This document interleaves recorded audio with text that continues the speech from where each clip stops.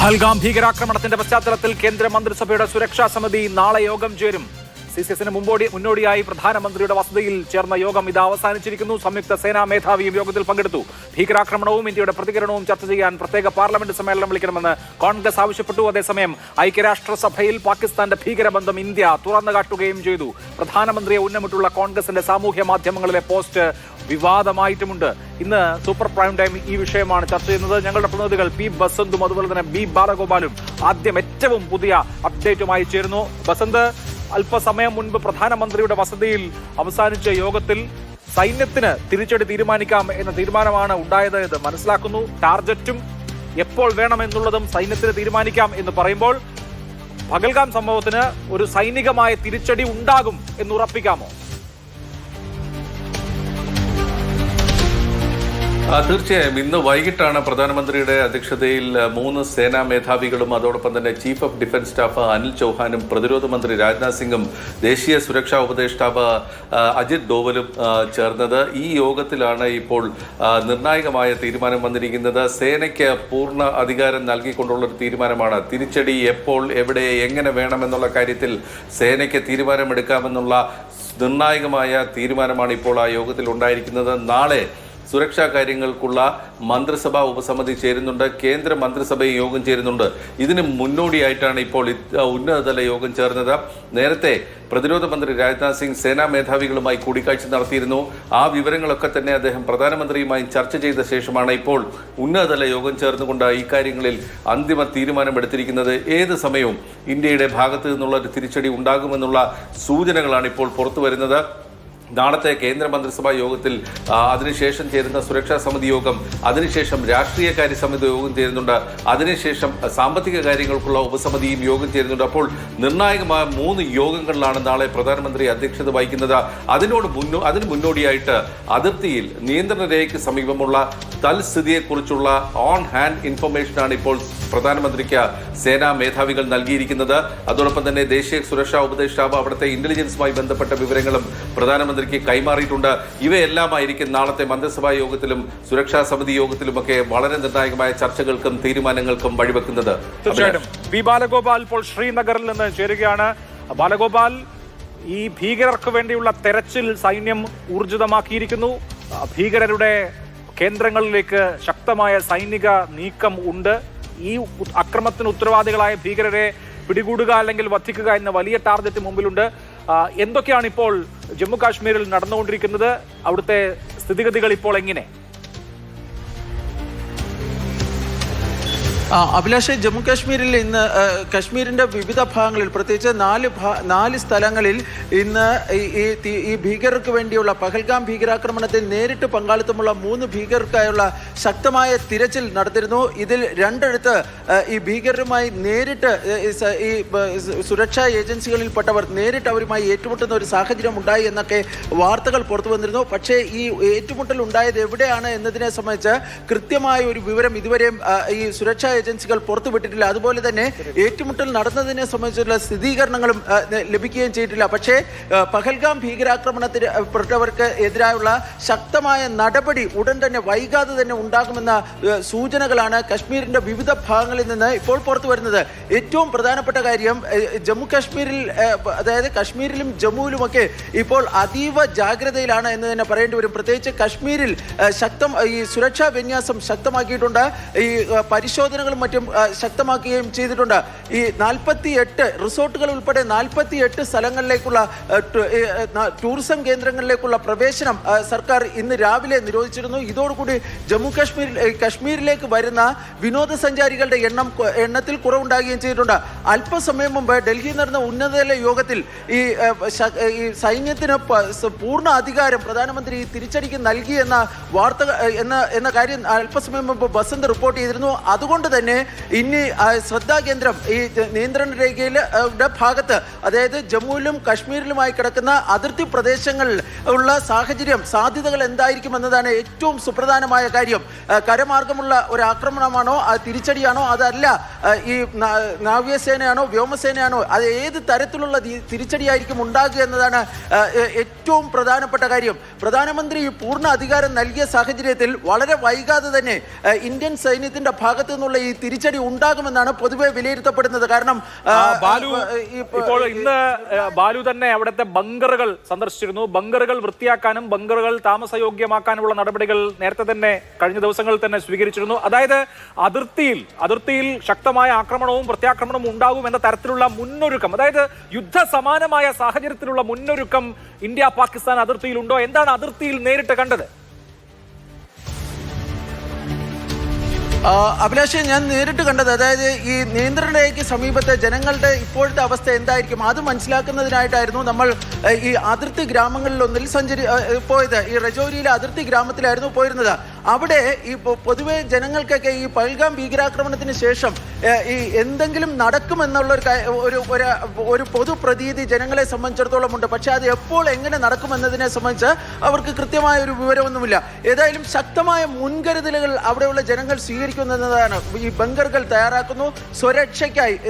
കാരണം ഈ അതിർത്തി ഗ്രാമങ്ങളിൽ പലതിലും ഈ സിവിൽ ഡിഫൻസ് ഫോഴ്സസ് ഉണ്ട്. അവർക്ക് ഈ ആയുധ പരിശീലനവും മറ്റും സൈന്യം നൽകിയിരുന്നു. സ്വരക്ഷയ്ക്കായിട്ടുള്ള അവരുടെ ആയുധ പരിശീലനവും മറ്റും നടന്നിരുന്നു. ഇതിനു പുറമെ ഈ ഭക്ഷണ പദാർത്ഥങ്ങൾ ഉൾപ്പെടെ ഈ ബങ്കറുകളിൽ ശേഖരിക്കുന്ന ഒരു സാഹചര്യമാണ് ഉള്ളത്. നിലവിൽ അവിടുത്തെ ഈ ജീവിതമൊക്കെ, അതായത് ആളുകളുടെ ജീവിതമൊക്കെ സാധാരണ രീതിയിൽ തന്നെയാണ് പോകുന്നത്. പക്ഷെ ആശങ്ക നിലനിൽക്കുന്ന ഒരു സാഹചര്യം അവിടെ ഉണ്ട്. ജനങ്ങൾ പൂർണ്ണ സംതൃപ്തരാണ്.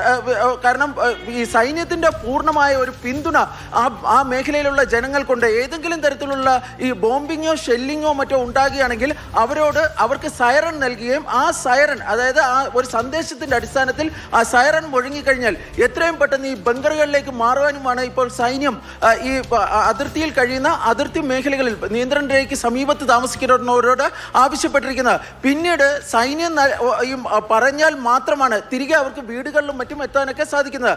മുമ്പ് ഈ അതിർത്തിയിൽ ഇത്തരം സംഘർഷങ്ങളൊക്കെ ഉണ്ടാകുമ്പോൾ അവിടെ നിന്ന് ആൾക്കാർ കൂട്ടമായി പുറത്തേക്ക് പോകുന്ന, അല്ലെ പലായനം ചെയ്യുന്ന ഒരു സാഹചര്യമായിരുന്നു ഉണ്ടായിരുന്നത്. പക്ഷെ ഇപ്പോൾ അങ്ങനെ ഒരു ഒഴുക്കില്ല. മറിച്ച് ഏതെങ്കിലും കാരണവശാൽ ഈ സംഘർഷം രൂക്ഷമാവുകയാണെങ്കിൽ അവരുടെ ജീവിതം ബങ്കറുകളിലേക്ക് മാറ്റുവാനാണ് ഈ അതിർത്തിയിലുള്ള ഈ ജനങ്ങൾ തീരുമാനിച്ചിരിക്കുന്നത്. കഴിഞ്ഞ 5 ദിവസമായി പ്രകോപനം, പാകിസ്ഥാന്റെ ഭാഗത്ത് നിന്ന് പ്രകോപനം ഉണ്ടാകുകയാണ്. വെടിനിർത്തൽ കരാർ നിരന്തരം നിയന്ത്രണ രേഖയിൽ പാകിസ്ഥാൻ ലംഘിക്കുന്നുണ്ട്. പക്ഷെ കനത്ത തിരിച്ചടി തന്നെയാണ് ഇന്ത്യൻ സുരക്ഷാ സേനയും ഇന്ത്യൻ സൈന്യവും ഈ പാകിസ്ഥാൻ സൈനികർക്ക്, പാകിസ്ഥാൻ പോസ്റ്റുകൾക്കൊക്കെ നൽകിക്കൊണ്ടിരിക്കുന്നത്.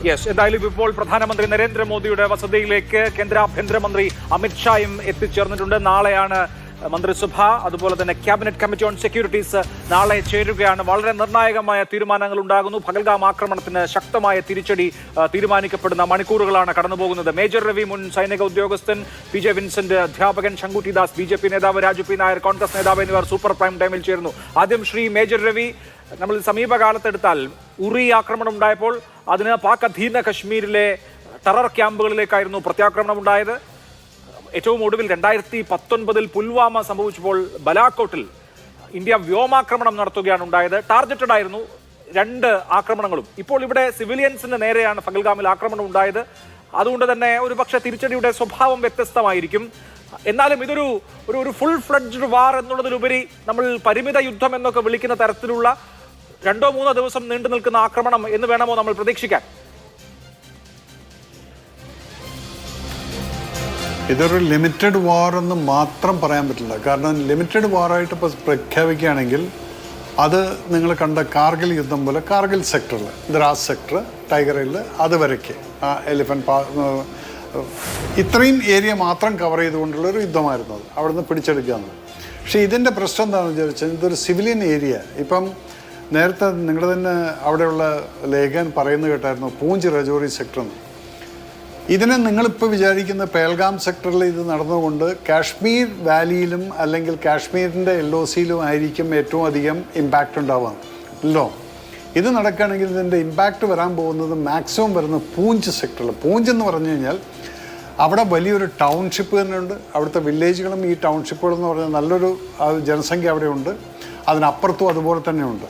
അതിൻ്റെ തൊട്ടടുത്തുള്ളതാണ് രജോറി സെക്ടർ എന്ന് പറയുന്നത്. രജോറിയിൽ നിന്ന് പിന്നീട് ഇങ്ങോട്ട് വന്നു കഴിഞ്ഞാൽ സുന്ദർബനി, നഗ്രോട്ട, ഇങ്ങോട്ട് താഴത്തേക്ക് അഖനൂർ, ഇത് വരയ്ക്കും പലാംവാല സെക്ടർ വരയ്ക്കും LOC ആണ്. അപ്പം എന്ന് വെച്ചാൽ മുകളിൽ നിന്ന് ഈ പൂഞ്ചിൽ നിന്നുള്ള ഈ സ്ഥലങ്ങൾ മുഴുവൻ ഇങ്ങോട്ട് ജമ്മുവിൻ്റെ സൈഡിലോട്ട് വരുമ്പോൾ എന്താണ്, പ്ലെയിൻ ഏരിയയാണ്. അപ്പോൾ അവിടെ ജനവാസം കൂടുതലുണ്ട്. അങ്ങനെയുള്ള സ്ഥലങ്ങളിൽ നിന്ന് ഈ LOCയിൽ നിന്ന് ആളുകളെ മാറ്റി താമസിപ്പിച്ചിട്ടുണ്ടെങ്കിൽ ഡെഫിനറ്റായിട്ടും that's a safety measures which is been taken for this locals. കാരണം ഈ ഏരിയയിലാണ് ഏറ്റവും അധികം ജനവാസമുള്ളത്. നേരെ മറിച്ച് നിങ്ങൾ കാണുന്ന ഈ കാശ്മീർ ഏരിയ എന്ന് പറഞ്ഞു കഴിഞ്ഞാൽ അതിപ്പോൾ പേൽഗാം ആണെങ്കിലും ശരി, സോൺമർഗ് ആണെങ്കിലും ശരി, ഇപ്പം ഇതുപോലെ തന്നെ ഗുൽമർഗ്, തങ്ദർ, ഈ ഒരു എല്ലാ ഏരിയയിലും മൗണ്ടൻ ബേസ്ഡാണ്. അപ്പോൾ ഉള്ളത് എന്താണെന്ന് വെച്ചാൽ ഈ മൗണ്ടൻ ബേസ്ഡ് ജനവാസം കുറവായിരിക്കും. അപ്പോൾ ഇതിനെ ഏറ്റവും അധികം ബാധിക്കാൻ പോകുന്നത് പൂഞ്ച് രജോറി സെക്ടറായിരിക്കും. ഒരു യുദ്ധം വന്നു കഴിഞ്ഞാൽ ഏറ്റവും അധികം ഇമ്പാക്റ്റ് അവർക്കായിരിക്കും വരാൻ പോകുന്നത്. അതുകൊണ്ടാണ് അവിടുന്ന് ആളുകളെ മാറ്റി താമസിപ്പിക്കുന്നതല്ല. പിന്നെ നമുക്ക് ലെറ്റസ് ടോക്ക് അബൌട്ട് ദിസ്. ഇന്ന് പ്രധാനമന്ത്രിജി ഓൾറെഡി സൈന്യത്തിന് ഫുൾ ഫ്ലെഡ്ജ് പെർമിഷൻ കൊടുത്തു എന്നുള്ളത്. ഇത് കേൾക്കുമ്പോൾ ഒന്ന് മനസ്സിലാക്കണം, ഈ ഏരിയയിലുള്ള ഓരോ ദിവസത്തിൻ്റെയും അപ്ഡേറ്റ്സും സെക്യൂരിറ്റി വിലയിരുത്തലുകളും ഡെയിലി MO ഇതിനകത്ത് മിലിറ്ററി ഓപ്പറേഷൻസിൻ്റെ ഒരു റൂമുണ്ട്, വളരെ സീക്രട്ട് ആയിട്ടുള്ള റൂം ആർമി ഹെഡ് ക്വാർട്ടേഴ്സിലുള്ളതിൽ.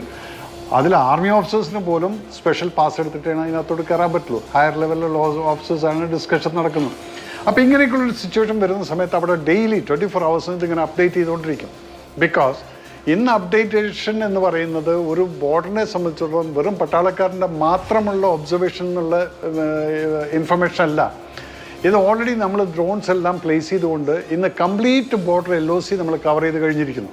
അപ്പോൾ ഈ LOCയിൽ നിന്ന് ഓരോ ഡ്രോൺസിനും 50 കിലോമീറ്ററിൻ്റെ റേഞ്ച് അടക്കം ഒബ്സർവേഷൻ ചെയ്യാനും സ്പോട്ട് ചെയ്യാനുള്ളുണ്ട്. അപ്പോൾ എന്ത് മൂവ്മെൻറ്റ് നടന്നു കഴിഞ്ഞാലും അവരെ കൊണ്ടത് immediately it reaches to the army headquarters. അങ്ങനെയാണെങ്കിൽ ശ്രീ മേജർ രവി, കഴിഞ്ഞ 2 പതിറ്റാണ്ടിൽ ഉണ്ടായതുപോലെയല്ല. നമ്മൾ ഏറ്റവും കൂടുതൽ ഒരു യുദ്ധം കണ്ടത് 1999 അത് പാകിസ്ഥാൻ ഇന്ത്യൻ ടെറിട്ടറിയിലേക്ക് നുഴഞ്ഞു കയറുകയായിരുന്നു. അട്ടടയന്മാരുടെ രൂപത്തിലും മറ്റുമൊക്കെ ടൈഗർ ഹിൽസ് അടക്കം അവർ ഒക്കുപ്പൈ ചെയ്തതിന് ശേഷം അവരെ തുരത്തുകയും ഇന്ത്യയുടെ ഭാഗം തിരിച്ചു പിടിക്കുകയുമായിരുന്നു ഏറ്റവും ഒടുവിൽ ഉണ്ടായത് കാർഗിലിൽ.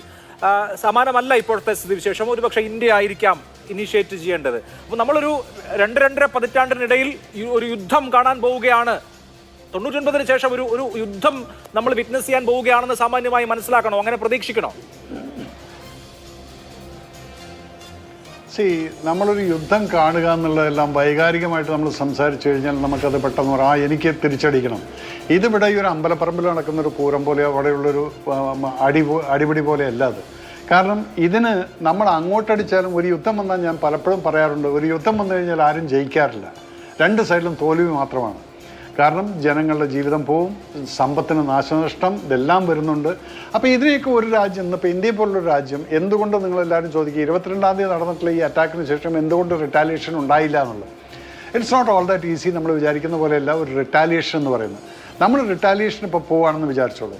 ഇന്നിപ്പോൾ പെൽഗാമിൽ നടന്ന് 23 കയറിയിട്ട് അങ്ങ് അടിക്കാം എന്നുള്ളത് അങ്ങനെയല്ല ഇവിടുത്തെ സിറ്റുവേഷൻസ്.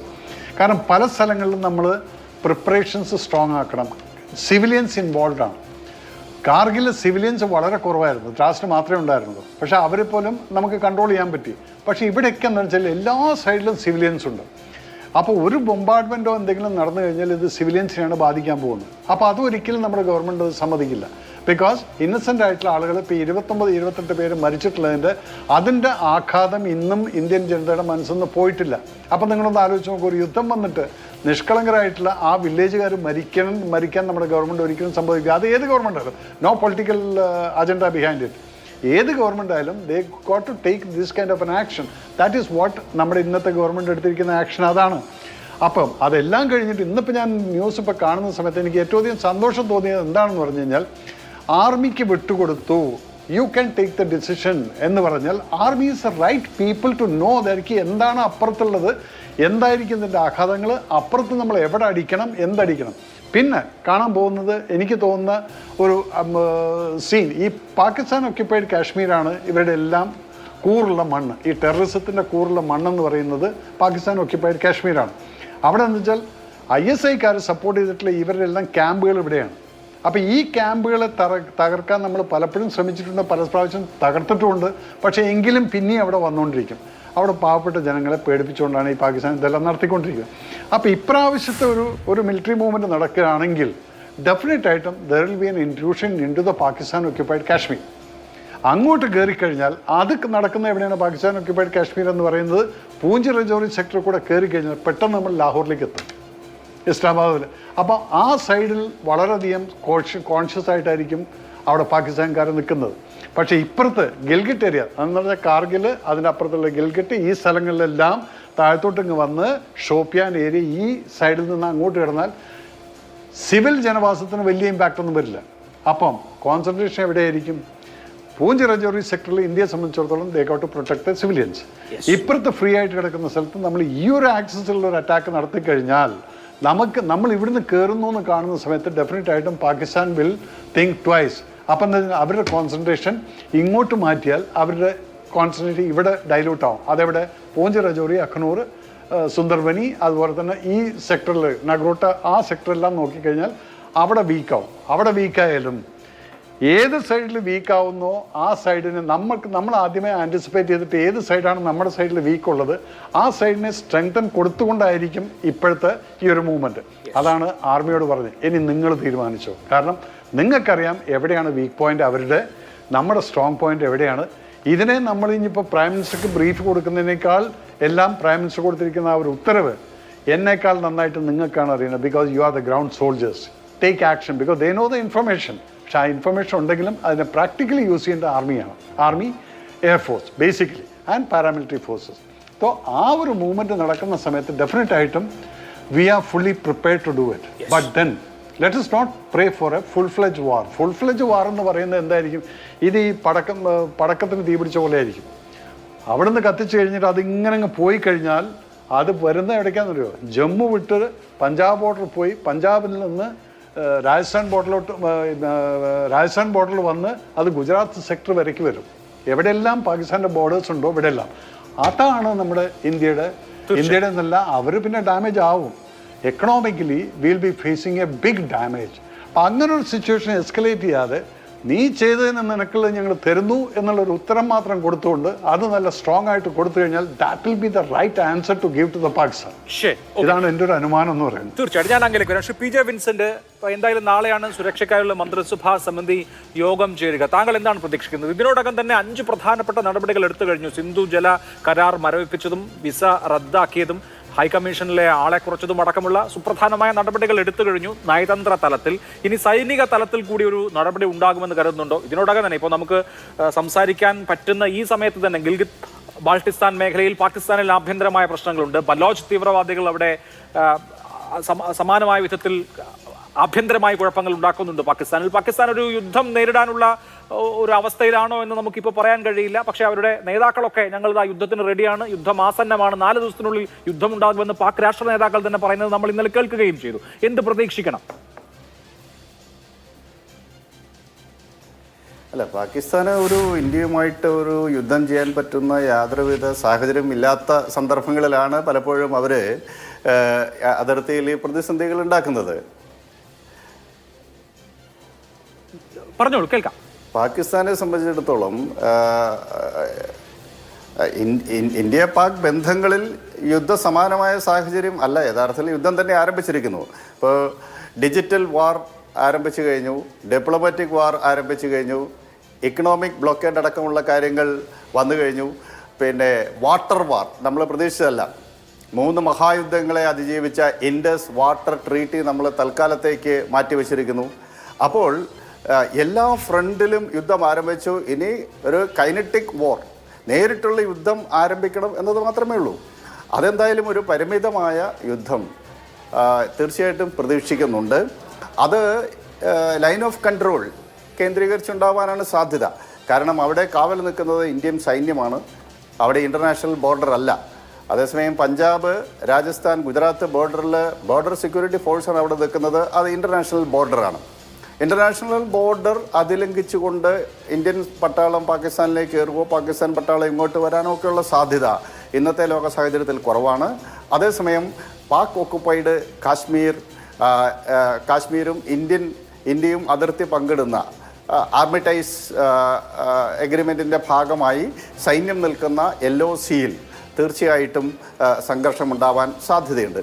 ഇതിനു മുമ്പുള്ള എല്ലാ യുദ്ധങ്ങളിലും, മേജർ യുദ്ധങ്ങളിലെല്ലാം ഇന്ത്യക്കുണ്ടായിട്ടുള്ള ടെറിട്ടോറിയൽ ഗെയിൻസ് പൂർണ്ണമായി തിരിച്ചു നൽകിക്കൊണ്ട് ആണ്, പൂർണ്ണമായിട്ടെന്ന് പറയാൻ സാധിക്കില്ല, ഇപ്പം 881 ചതുരശ്ര കിലോമീറ്റർ സ്ക്വയർ 1971 ശേഷം ഇന്ത്യ മടക്കി കൊടുത്തില്ല. അങ്ങനെയുള്ള ചെറിയ എങ്കിലും മേജർ മിലിറ്ററി ഗെയിൻസ് എല്ലാം മടക്കി കൊടുത്ത് ഡിപ്ലോമാറ്റിക് ടേബിളിൽ പാകിസ്ഥാൻ പരിക്കില്ലാതെ കടന്നുപോയ ഒരു സാഹചര്യമുണ്ട്. അതിലേറ്റവും പ്രധാനപ്പെട്ടതാണ്, മേജർ രവി സാറിനെല്ലാം അതിൻ്റെ കാര്യങ്ങൾ അറിയാം. ഇപ്പം ഹാജി പീർ പാസ് പാകിസ്ഥാന് കൊടുത്തതാണ്. പൂഞ്ചിൽ നിന്ന് പാക് ഒക്കുപ്പൈഡ് കാശ്മീരിലേക്കുള്ള രാജപാതയാണ്. അപ്പം അതൊക്കെ പിടിച്ചെടുത്ത് ഇന്ത്യയുടെ നിയന്ത്രണത്തിൽ നിർത്തേണ്ടതായിരുന്നു. പലതവണ യുദ്ധമുഖത്ത് ഇതെല്ലാം ഇന്ത്യയുടെ കയ്യിൽ വന്നതാണ്. പക്ഷേ അതെല്ലാം തിരിച്ചു കൊടുത്ത് നമ്മൾ വലിയ മാഗ്നാനിമിറ്റി കാണിക്കുകയുണ്ടായി.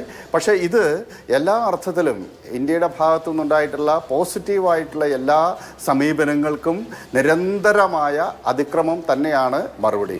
ഈ സാഹചര്യത്തിൽ ശക്തമായ തീരുമാനമെടുക്കാതെ ഈ രാജ്യത്തിന് മുന്നോട്ട് പോകാൻ സാധിക്കില്ല. ഇപ്പോൾ 2019 ശേഷം ഒരു മേജർ അറ്റാക്ക് കാശ്മീരിൽ ഉണ്ടായിട്ടില്ല. അതുകൊണ്ടാണല്ലോ ഇപ്പം സർക്കാർ പറയുന്ന പോലെ 3.32 കോടി ആളുകൾ അവിടെ സന്ദർശിച്ചു. അത് ടൂറിസ്റ്റുകളല്ല എങ്കിലും മൊത്തത്തിൽ കാശ്മീരിലേക്ക് വന്നിട്ടുള്ള ആളുകളുടെ എണ്ണം എടുക്കുമ്പോൾ ഒരു പക്ഷേ അത്രയും വന്നേക്കാം. ഇപ്പം വൈഷ്ണവ ദേവിയിലും അമർനാഥ് തീർത്ഥാടനവും അതുപോലെ ഉദ്യോഗസ്ഥരും ടൂറിസ്റ്റുകളും എല്ലാം അടങ്ങിയപ്പോൾ. അപ്പോൾ ഈ ടൂറിസ്റ്റ് ഏജൻസി അസോസിയേഷൻ എൻ്റെ പ്രസിഡന്റ് 2024 35 ലക്ഷത്തിലധികം ആളുകൾ 35 ലക്ഷത്തിലധികം ടൂറിസ്റ്റുകൾ അവിടെ കാശ്മീർ വാലിയിൽ സന്ദർശിക്കുന്നുണ്ടായി എന്ന് പറയുന്നു. അപ്പം ഈ ടൂറിസ്റ്റുകൾ പോകുന്നത് ഇപ്പോൾ പഹൽഗാമിൽ കൊല ചെയ്യപ്പെട്ട മനുഷ്യരെല്ലാം കുടുംബങ്ങളായിട്ടാണ് വരുന്നത്. ഏറ്റവും സെക്യൂർ ആയിട്ടുള്ള ഒരു പ്രദേശത്തേക്കാണല്ലോ നമ്മൾ കുടുംബമായിട്ട് പോവുക. അതുപോലെ ടൂറിസം ശക്തിപ്പെടണമെങ്കിൽ അവിടെ കുറേ ബാക്ക് പാക്കേഴ്സ് പോയിട്ട് കാര്യമില്ല, ഫാമിലി വരണം. അങ്ങനെ കാശ്മീരിൻ്റെ വിവിധ മേഖലയിലേക്ക് കുടുംബങ്ങൾ ടൂറിസ്റ്റ് പോകുന്നു, കോളേജ് കുട്ടികൾ ടൂറിസ്റ്റ് പോകുന്നു. അങ്ങനെ ഏറെക്കുറെ നോർമൽസി വന്ന ഒരു സാഹചര്യത്തിലാണ് ഇത്തരത്തിലുള്ള സിവിലിയൻസിനെ നേരിട്ട് അറ്റാക്ക് ചെയ്യുന്ന അങ്ങേയറ്റം ഹൈനസ് ആയിട്ടുള്ള ഒരു ക്രൈം പാകിസ്ഥാൻ്റെ ഭാഗത്തു നിന്നുണ്ടാകുന്നത്. അപ്പോൾ അതിന് ശക്തമായ തിരിച്ചടി ഉണ്ടാവാണ്ട് രക്ഷയില്ല. പക്ഷേ അതോടൊപ്പം നേരത്തെ സൂചിപ്പിക്കേണ്ട ഒരു പ്രധാനപ്പെട്ട കാര്യം, പാകിസ്ഥാൻ എത്ര വീക്കാണ് എന്ന് ചർച്ച ചെയ്യുന്നതിൽ ഒരർത്ഥവുമില്ല. കാരണം പാകിസ്ഥാന് എല്ലാവിധ പിന്തുണയുമായി ചൈനയുണ്ട്. 1959 ടിബറ്റൻ ഇൻകേർഷന് ശേഷം എടുത്തുള്ള ചരിത്രമെടുത്താൽ പാകിസ്ഥാൻ ഈ പഴയ ജമ്മു ആൻഡ് കാശ്മീരിലെ അക്സായി ചീൻ അവരുടെ കയ്യിലാണ്. അവർക്ക് ഷക്സം വാലി 1963 സീനോ പാകിസ്ഥാൻ ട്രീറ്റിയുടെ ഭാഗമായിട്ട് 5100 കിലോമീറ്റർ സ്ക്വയർ വരുന്ന പ്രദേശം അവർക്ക് കൈമാറിയിട്ടുണ്ട്. കാരക്കോരം ട്രാക്കിൻ്റെ ഒരു വലിയ ഭാഗം അവർക്ക് കൈമാറി. അതോടൊപ്പം ചൈനയ്ക്ക് നോർത്ത് സിക്കിമിൽ താല്പര്യമുണ്ട്, അരുണാചൽ പ്രദേശിൽ താല്പര്യമുണ്ട്. അപ്പോൾ ഈ കാശ്മീർ മേഖലയിൽ ഇന്ത്യ വീക്കൻ ചെയ്യുന്നതിൻ്റെ ഏറ്റവും വലിയ ബെനിഫിറ്റ് കിട്ടാൻ പോകുന്ന രാജ്യം ചൈനയാണ്. ചൈനയ്ക്ക് ലഡാക്ക് മുഴുവൻ അവരുടെ കൈവശമാക്കാനാണ് അവർ പരിശ്രമിക്കുന്നത്. ഇപ്പോൾ തന്നെ ലഡാക്കിലെ പാങ്കോങ് ലേക്ക് അടക്കം പാങ്കോങ് ലേക്കിൻ്റെ 60% ചൈനയുടെ നിയന്ത്രണത്തിലാണ്. അപ്പോൾ ഒരു അദൃശ്യ ശക്തിയായിട്ട് ചൈനയുണ്ട്. 1998 ചഗായി സ്ഫോടനം എടുത്താൽ തന്നെ നമുക്കറിയാം അത് ചൈന കൊടുത്തിട്ടുള്ള അണുബോംബ് കൊണ്ടുപോയി പൊട്ടിച്ചു എന്നൊക്കെ തമാശയ്ക്ക് ആളുകൾ പറയുന്നുണ്ട്. എന്താണ് വാസ്തവം എന്നറിയില്ല. പക്ഷേ ചൈനയുടെ പിന്തുണയോട് കൂടിയാണ് പാകിസ്ഥാൻ്റെ ആണവ വിസ്ഫോടനം നടത്തിയതും അതുപോലെ MQ ഖാൻ്റെ നേതൃത്വത്തിൽ ഒരു ആണവ ശൃംഖല രൂപപ്പെടുത്തിയതെന്നൊക്കെ നമുക്കറിയാവുന്ന കാര്യമാണ്. അപ്പോൾ പാകിസ്ഥാൻ്റെ എല്ലാവിധ പിന്തുണയും അവിടെയുണ്ട് എന്നതാണ് വാസ്തവം. ചൈന ഒരു പ്രധാനപ്പെട്ട അദൃശ്യ ശക്തിയായി അവിടെ നിൽക്കുന്നുണ്ട് എന്ന കാര്യം നമുക്ക് ഒഴിവാക്കാനാവുന്ന കാര്യവുമല്ല. ശ്രീ ശങ്കുട്ടി ദാസ്, എന്താകും മറുപടി? അത് നമ്മൾ കാത്തിരിക്കണം. അവിടെ ഊഹാപോഹങ്ങൾക്കൊന്നും പ്രസക്തിയില്ല. എങ്കിൽ പോലും ഭീകരരുടെ ഹൈഡ് ഔട്ടുകൾ അത് അതിർത്തിക്ക് ഇപ്പുറത്താണെങ്കിലും അപ്പുറത്താണെങ്കിലും ടാർഗറ്റ് ചെയ്യുക എന്നുള്ളത് പ്രധാനമാണല്ലോ. പാക് അധീന കാശ്മീരിൽ ലഷ്കർ-ഇ-തയ്യബയുടെ ആവട്ടെ, അതുപോലെ തന്നെ ഹഫീസ് സയ്യിദിന്റെ സംഘടനയുടേതാവട്ടെ, ധാരാളം ടെറർ ക്യാമ്പുകളുണ്ട്. ഇതിനോടകം തന്നെ വന്ന ചില റിപ്പോർട്ടുകൾ പറയുന്നത് ആ ടെറർ ക്യാമ്പുകളിൽ നിന്ന് ഭീകരരെ പാകിസ്ഥാൻ അവിടെ നിന്ന് പാക് അധീന കാശ്മീരിൽ നിന്ന് തന്നെ മാറ്റി മറ്റ് സ്ഥലങ്ങളിലേക്ക്, കുറച്ചുകൂടി സേഫായ സ്ഥലങ്ങളിലേക്ക് മാറ്റി ഒരു യുദ്ധം അല്ലെങ്കിൽ ഒരു സ്ട്രൈക്ക് അവർ എക്സ്പെക്ട് ചെയ്യുന്നുണ്ട് എന്നുള്ളതാണ്. അപ്പോൾ വളരെ മുൻകാലങ്ങളിൽ ഉണ്ടായതിനേക്കാൾ സ്പെസിഫിക് ആയിട്ട് ടാർഗറ്റഡ് ആയിട്ട് ഇന്ന നേതാവിനെ, ഇന്ന ടെറർ നെറ്റ്വർക്കിന്റെ തലവനെ വധിച്ചു എന്ന് പറയാൻ കഴിയുന്ന വിധത്തിൽ ഓർത്തിരിക്കാവുന്ന ഒരു തിരിച്ചടി കൊടുക്കാൻ കഴിയുമോ ഇല്ലയോ എന്നുള്ളതാണ് വരും മണിക്കൂറിലെ ഒരു പ്രധാനപ്പെട്ട ചോദ്യമെന്ന് എനിക്ക് തോന്നുന്നു. തീർച്ചയായിട്ടും അങ്ങേപോലെ ഞാനും അത് തന്നെയാണ് ആഗ്രഹിക്കുന്നത്. പക്ഷേ ദൗർഭാഗ്യവശാൽ ഇത്തരം പ്രതിരോധ കാര്യങ്ങളിൽ അങ്ങനെ ഒരു ആധികാരികമായിട്ടുള്ള അഭിപ്രായം പറയാൻ, ഇങ്ങനെയാണ് സംഭവിക്കുക എന്ന് ആധികാരികമായി പറയാൻ നമുക്കൊന്നും സാധിക്കില്ലല്ലോ. പൊതുവേ ഒരു തത്വം പറയാറുള്ളത്, വിദേശ നയത്തിലാണെങ്കിലും പ്രതിരോധ നയത്തിലാണെങ്കിലും പൗരന് സാധിക്കുന്ന കാര്യം സർക്കാരുകളെ പൂർണ്ണമായിട്ട് വിശ്വസിക്കുക എന്നുള്ളതാണ്. നമുക്ക് വേണ്ടി ഏറ്റവും യുക്തമായ തീരുമാനം സാഹചര്യങ്ങൾക്കനുസരിച്ച് സർക്കാരും സൈന്യവും സ്വീകരിക്കുമെന്നുള്ളതാണ്. ഇപ്പോൾ പുറത്തു വന്നിട്ടുള്ള വാർത്തകൾ പ്രധാനമന്ത്രിയുടെ വസതിയിൽ ചേർന്നിട്ടുള്ള ഉന്നതകാര്യ പ്രതിരോധ യോഗത്തിൽ തീരുമാനിച്ചിട്ടുള്ളത് സൈന്യത്തിന് സമ്പൂർണ്ണമായിട്ടുള്ള അധികാരം നൽകി എന്നുള്ളതാണ്. You will have A free hand in deciding the targets, place and മറ്റു കാര്യങ്ങളെല്ലാം തീരുമാനിക്കാൻ. അതായത് ടാർഗറ്റ് ആരാണെന്ന് തീരുമാനിക്കാൻ, അതിൻ്റെ സമയം ഏതാണെന്ന് തീരുമാനിക്കാൻ, അതിൻ്റെ മോഡ് എന്താണെന്ന് തീരുമാനിക്കാനുള്ള അധികാരം സൈന്യത്തിന് സമ്പൂർണ്ണമായി നൽകി എന്നുള്ളതാണ്. ഇത് സൂചിപ്പിക്കുന്ന രണ്ട് കാര്യങ്ങളാണ്. ഒന്ന്, ഒരു തിരിച്ചടി വേണോ വേണ്ടയോ എന്ന് തീരുമാനിക്കാൻ ഒരിക്കലും സൈന്യത്തിന് സാധിക്കില്ല. സൈന്യം എന്ന് പറയുന്നത് ഗവൺമെൻറ്റിന് കീഴിൽ പ്രവർത്തിക്കുന്ന അച്ചടക്കമുള്ള ഒരു സംവിധാനമാണ്. തിരിച്ചടി വേണം എന്നത് സർക്കാർ തീരുമാനിച്ചു കഴിഞ്ഞു. ഇനി അതിൻ്റെ മോഡ് തീരുമാനിക്കാൻ സൈന്യത്തെ ഏൽപ്പിച്ചിരിക്കുന്നു എന്നാണ്. അപ്പോൾ തീർച്ചയായിട്ടും പഹൽഗാം ആക്രമണത്തിന് സൈനികമായി തന്നെ ഒരു തിരിച്ചടി ഉണ്ടാവും.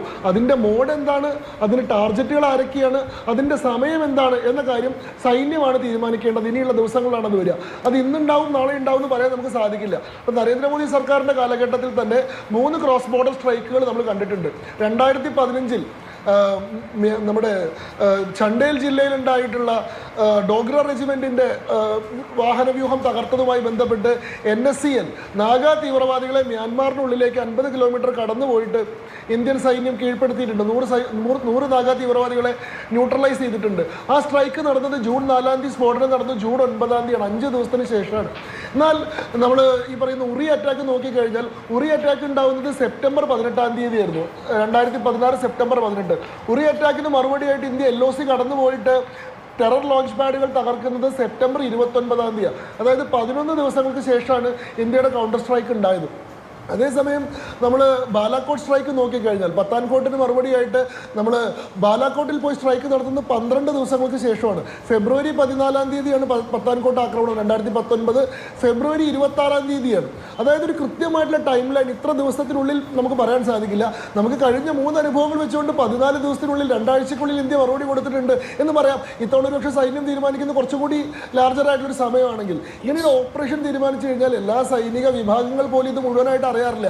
ആരാണോ ഇതിനു വേണ്ടി ചുമതലപ്പെടുത്തിയിട്ടുള്ള വിഭാഗം, ആ വിഭാഗത്തിൽ നിന്ന് തന്നെയായി തിരഞ്ഞെടുക്കപ്പെട്ടിട്ടുള്ള സൈനികരാരൊക്കെയാണോ ഒരു വളരെ സീക്രസിയിൽ നടത്തുന്ന a place and date of our choosing എന്നുള്ള രീതിയിൽ അവർക്ക് ഏറ്റവും സൗകര്യപ്രദമായി തീരെ സീറോ കാഷ്വാലിറ്റി ആയിട്ട് ഓപ്പറേഷൻ നടത്തി മടങ്ങി വരാൻ സാധിക്കുന്ന മട്ടിൽ എന്നാൽ യുക്തമായ മറുപടി കൊടുക്കാൻ സാധിക്കുന്ന ഒരു തീരുമാനം അവരാണ് എടുക്കുക. പക്ഷേ ഇവിടെ 2 കാര്യങ്ങൾ നമുക്ക് വ്യക്തമായി കഴിഞ്ഞു. ഒന്ന്, സർക്കാർ തലത്തിൽ തിരിച്ചടിക്കുള്ള അനുമതി സൈന്യത്തിന് കൊടുത്തു കഴിഞ്ഞു. തിരിച്ചടി വേണ്ട, നയതന്ത്ര തലത്തിലുള്ള മറ്റ് പ്രതികരണങ്ങൾ മതി, അതല്ലെങ്കിൽ ആഭ്യന്തരമായ പ്രതികരണങ്ങൾ മതി, അതല്ലെങ്കിൽ വിദേശ രാജ്യങ്ങളുടെ വിദേശ ഫോറങ്ങൾക്ക് മുന്നിൽ പാകിസ്ഥാനെ ഒറ്റപ്പെടുത്തുന്ന നടപടികൾ മതി, അല്ലെങ്കിൽ കടി നിന്ദ മതി തുടങ്ങിയിട്ടുള്ള ശൈലികളിലല്ല ഇത്തവണ സൈനികമായിട്ടുള്ള തിരിച്ചടി കൊടുക്കാൻ തന്നെ തീരുമാനിച്ചിട്ടുണ്ട് എന്നുള്ളതാണ്. രണ്ടാമത് ഈ വാർത്ത സൂചിപ്പിക്കുന്ന കാര്യം ഒരു ഫുൾ സ്കെയിൽ വാർ ഉണ്ടാവില്ല എന്നുള്ളത് തന്നെയാണ്. നമുക്കറിയാം, നമ്മുടെ ചരിത്രത്തിൽ ഇന്ന് വരെയായിട്ടും അങ്ങനെ ഒരു ഫുൾ സ്കെയിൽ വാർ ഇന്ത്യ ഡിക്ലെയർ ചെയ്തിട്ടില്ല. നമ്മളെപ്പോഴും ഇങ്ങോട്ട് നടന്നിട്ടുള്ള ആക്രമണങ്ങൾക്ക് പ്രതികരണങ്ങളായിട്ട് നടത്തിയിട്ടുള്ള തിരിച്ചടികളെ ഉണ്ടായിട്ടുള്ളൂ. ഫസ്റ്റ് സ്ട്രൈക്ക് എടുക്കില്ല എന്നൊരു പ്രഖ്യാപിത പോളിസി തന്നെ ഇന്ത്യക്കുണ്ട്. ഇവിടെ ഒരു ഫുൾ സ്കെയിൽ വാറിലാണ് പോകുന്നതെങ്കിൽ സൈന്യത്തിന് അങ്ങനെ ഒരു തിരിച്ചടിക്കൽ ഓട്ടോണമി കൊടുക്കുമായിരുന്നില്ല, സൈന്യത്തിന് സമ്പൂർണ്ണ അധികാരം കൊടുക്കുമായിരുന്നില്ല. അതിൻ്റെ പ്രൊസീജിയർ വരെയാണ്, നിങ്ങൾക്ക് എല്ലാവർക്കും അറിയുന്നത് പോലെ അത് CCS-ലാണ്, ക്യാബിനറ്റ് കമ്മിറ്റി ഓൺ സെക്യൂരിറ്റിയിലാണ് ഒരു യുദ്ധത്തിലേക്ക് പോകണമെങ്കിൽ അതുമായി ബന്ധപ്പെട്ട തീരുമാനം എടുക്കേണ്ടത്. ആ തീരുമാനത്തിന് ശേഷം പ്രധാനമന്ത്രി പ്രസിഡന്റിനെ, സർവ്വസൈന്യാധിപൻ എന്നുള്ള രീതിയിൽ പ്രസിഡന്റിനെ ആ തീരുമാനം അറിയിക്കുകയാണ് വേണ്ടത്. അതിനുശേഷം പ്രസിഡന്റിൻ്റെ ഡിക്ലറേഷൻ ഉണ്ടാവുകയാണ് വേണ്ടത്. അതിൻ്റെ അടിസ്ഥാനത്തിലേക്കാണ് രാജ്യം യുദ്ധം പ്രഖ്യാപിക്കുക. ഇവിടെ അങ്ങനെ ഒരു ഫുൾ സ്കെയിൽ വാറിലേക്ക് എല്ലാവരും എക്സിക്യൂട്ടീവ് ഓർഡറിൻ്റെ അടിസ്ഥാനത്തിലുള്ള സർക്കാരിൻ്റെ അനുമതിയുടെ അടിസ്ഥാനത്തിലുള്ള സൈന്യത്തിൻ്റെ തിരിച്ചടിയാണ് തീർച്ചയായിട്ടും നാളെ എന്തായാലും ക്യാബിനറ്റ് കമ്മിറ്റി ഓൺ സെക്യൂരിറ്റീസ് ചേരുകയാണ്. ആരും ഒരു പൂർണ്ണ യുദ്ധം പ്രതീക്ഷിക്കുന്നില്ല. അതേസമയം തന്നെ ടാർഗറ്റഡ് സ്ട്രൈക്കുകൾ, ടെറർ ഹൈഡൌട്ടുകളിലേക്കുള്ള ടാർഗറ്റഡ് സ്ട്രൈക്കുകൾ വരുന്ന ദിവസങ്ങൾ തന്നെ പ്രതീക്ഷിക്കുന്നു. ശ്രീ രാജു പി നായർ, എന്തായാലും ഇപ്പോൾ തീരുമാനിച്ചിരിക്കുന്നത് സൈന്യത്തിന് തിരിച്ചടി തീരുമാനിക്കാൻ എപ്പോൾ, എവിടെ, എങ്ങനെ എന്നത് തീരുമാനിക്കാൻ അധികാരം നൽകുന്നു എന്നുള്ളത് തന്നെയാണ്. ഇന്ത്യ ഐക്യരാഷ്ട്രസഭയിൽ പാകിസ്ഥാനെ തൊലി ഉരിച്ച് നിർത്തുകയും ചെയ്ത ഒരു തെമ്മാടി രാഷ്ട്രമാണ് പാകിസ്ഥാൻ എന്ന് ഇന്ത്യ ഐക്യരാഷ്ട്രസഭയിൽ സ്ഥാപിക്കുകയും ചെയ്തിട്ടുണ്ട്. ഇപ്പോൾ കോൺഗ്രസ് ആവശ്യപ്പെട്ടിരിക്കുന്നത് പാർലമെന്റ് വിളിച്ചു ചേർക്കാനാണ്. വരുന്ന ദിവസങ്ങളിൽ അതിന്റെ പ്രതികരണം പ്രതീക്ഷിക്കാം. അതിനപ്പുറത്ത് ഇപ്പോൾ സൈനികമായ നടപടികളിലേക്ക് പോകുന്നതിനെ രാജ്യം ഒറ്റക്കെട്ടായി പിന്തുണയ്ക്കില്ലേ? അക്കാര്യത്തിൽ രാഷ്ട്രീയ വ്യത്യാസമുണ്ടോ? ഒരു അഭിപ്രായ വ്യത്യാസമില്ലല്ലോ. അത് നേരത്തെ തന്നെ സൂചിപ്പിച്ചിട്ടുള്ളതാണല്ലോ. സൈനിക നടപടി അല്ലെങ്കിൽ ഏത് നടപടി ഈ ആക്രമണത്തിനെതിരായിട്ട് ഇന്ത്യ സ്വീകരിക്കണം എന്നുള്ളതിൻ്റെ പൂർണ്ണമായിട്ടുള്ള അധികാരം ഈ സർക്കാരിനാണ്. ആ സർക്കാർ അവരുടെ വിവേകത്തിനനുസരിച്ച് എടുക്കുന്ന നടപടിയെ കോൺഗ്രസ് പാർട്ടി ഉൾപ്പെടെയുള്ള മുഴുവൻ പാർട്ടികളും അതിനെ പിന്തുണയ്ക്കുന്ന കാര്യത്തിൽ യാതൊരു സംശയവുമില്ല. ആ നടപടികൾ എത്രയും പെട്ടെന്ന് പറയുമ്പോൾ അവർ നിർണ്ണയിക്കുന്ന ഏറ്റവും ഫലപ്രദമായ അല്ലെങ്കിൽ ഏറ്റവും അനുയോജ്യമായ സമയത്ത് അത് നടത്തുക തന്നെ വേണം. അതിന് ഒന്നും ആർക്കും യാതൊരു എതിർപ്പുള്ളതല്ല തീർച്ചയായിട്ടും. പക്ഷേ ഇപ്പോൾ പ്രശ്നം വെച്ചാൽ ഈ നമ്മളീ പറയുന്ന കാര്യങ്ങളൊക്കെ ഓതൻറ്റിക്കായിട്ടൊരു വാർത്ത ഉണ്ടാവുന്നുണ്ടോ എന്നുള്ളതിനും എനിക്ക് സംശയമുണ്ട്. ഇപ്പോൾ പ്രധാനമന്ത്രിയുടെ വീട്ടിൽ നടന്നൊരു യോഗത്തിനെ സംബന്ധിച്ച് മാധ്യമങ്ങൾ റിപ്പോർട്ട് ചെയ്യുന്നതാണ്.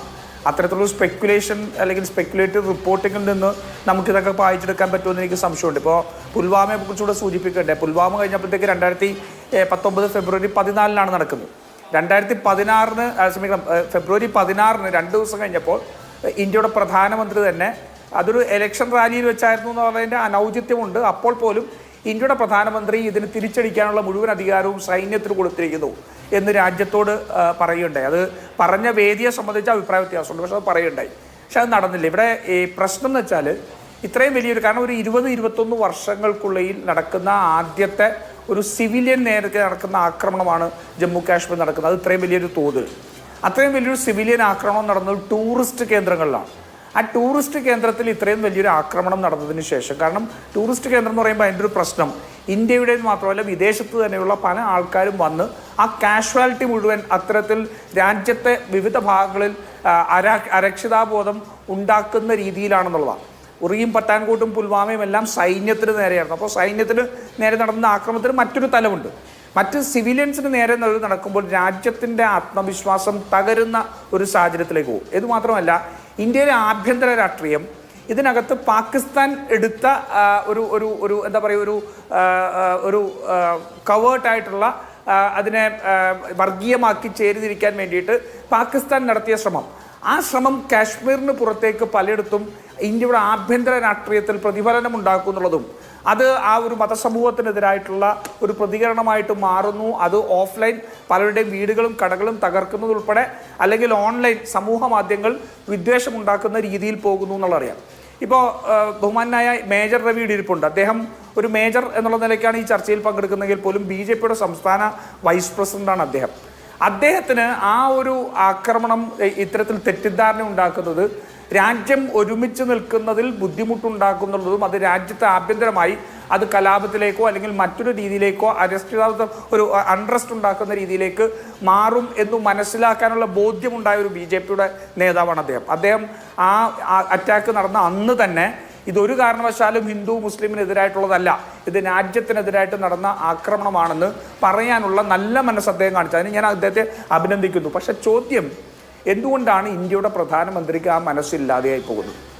എന്തുകൊണ്ടാണ് മധ്യപ്രദേശിൽ ഉൾപ്പെടെയുള്ള പല സ്ഥലങ്ങൾ, ഹരിയാന ഉൾപ്പെടെയുള്ള പല സ്ഥലങ്ങളിലും ഇത് ഇന്ത്യക്കകത്ത് വർഗീയമാക്കി ചേരിതിരിക്കാനുള്ള ശ്രമം നടക്കുമ്പോൾ ഈ രാജ്യത്തെ അഭിസംബോധന ചെയ്തുകൊണ്ട് ഇത് രാജ്യത്തിൻ്റെ പരമാധികാരത്തിനെതിരെ നടന്ന ആക്രമണമാണ്, ഇത് ഒരു മതവിദ്വേഷത്തിൽ വരേണ്ട കാര്യമല്ല, നമ്മൾ ഒരുമിച്ച് നിന്നുകൊണ്ട് ഇതിനെ നേരിടേണ്ടതാണ് എന്ന് ഇന്ത്യയുടെ പ്രധാനമന്ത്രി എന്തുകൊണ്ട് ഈ രാജ്യത്തെ അഭിസംബോധന ചെയ്തുകൊണ്ട് സംസാരിക്കുന്നില്ല എന്നുള്ളത് ഏറ്റവും പ്രധാനപ്പെട്ട ചോദ്യമല്ലേ. നമ്മൾ കണ്ടില്ലേ, ലണ്ടനിൽ UN പാകിസ്ഥാൻ ഹൈക്കമ്മീഷണർ ഓഫീസിന് മുന്നിൽ ഈ ഹിന്ദുത്വ വർഗീയവാദികൾ, അങ്ങനെ തന്നെയാണ് ഞാൻ പറയുന്നത്, ഹിന്ദുത്വ വർഗീയവാദികൾ അവിടെ ചെന്ന് പിടിച്ച poster "I am an Indian" എന്നല്ല, "ഐ ആം എ ഹിന്ദു" എന്നുള്ളതാണ്. മറക്കരുത്, ഇന്ത്യയുടെ പരമാധികാരത്തിനെതിരെ ആക്രമണം നടന്നിട്ട് അന്താരാഷ്ട്ര സമൂഹത്തിൽ ഇന്ത്യ ഒരുമിച്ച് നിന്ന് പാകിസ്ഥാന്റെ ആക്രമണത്തിനെതിരെ ഞങ്ങൾ പ്രതിഷേധിക്കുന്നു എന്ന് പറയേണ്ട സമയത്ത് ലണ്ടനിലെ പാകിസ്ഥാൻ ഹൈക്കമ്മീഷണർ ഓഫീസിന്റെ മുന്നിൽ ചെന്ന് "ഞങ്ങൾ ഇന്ത്യക്കാരല്ല, ഞങ്ങൾ ഹിന്ദുക്കളാണ്,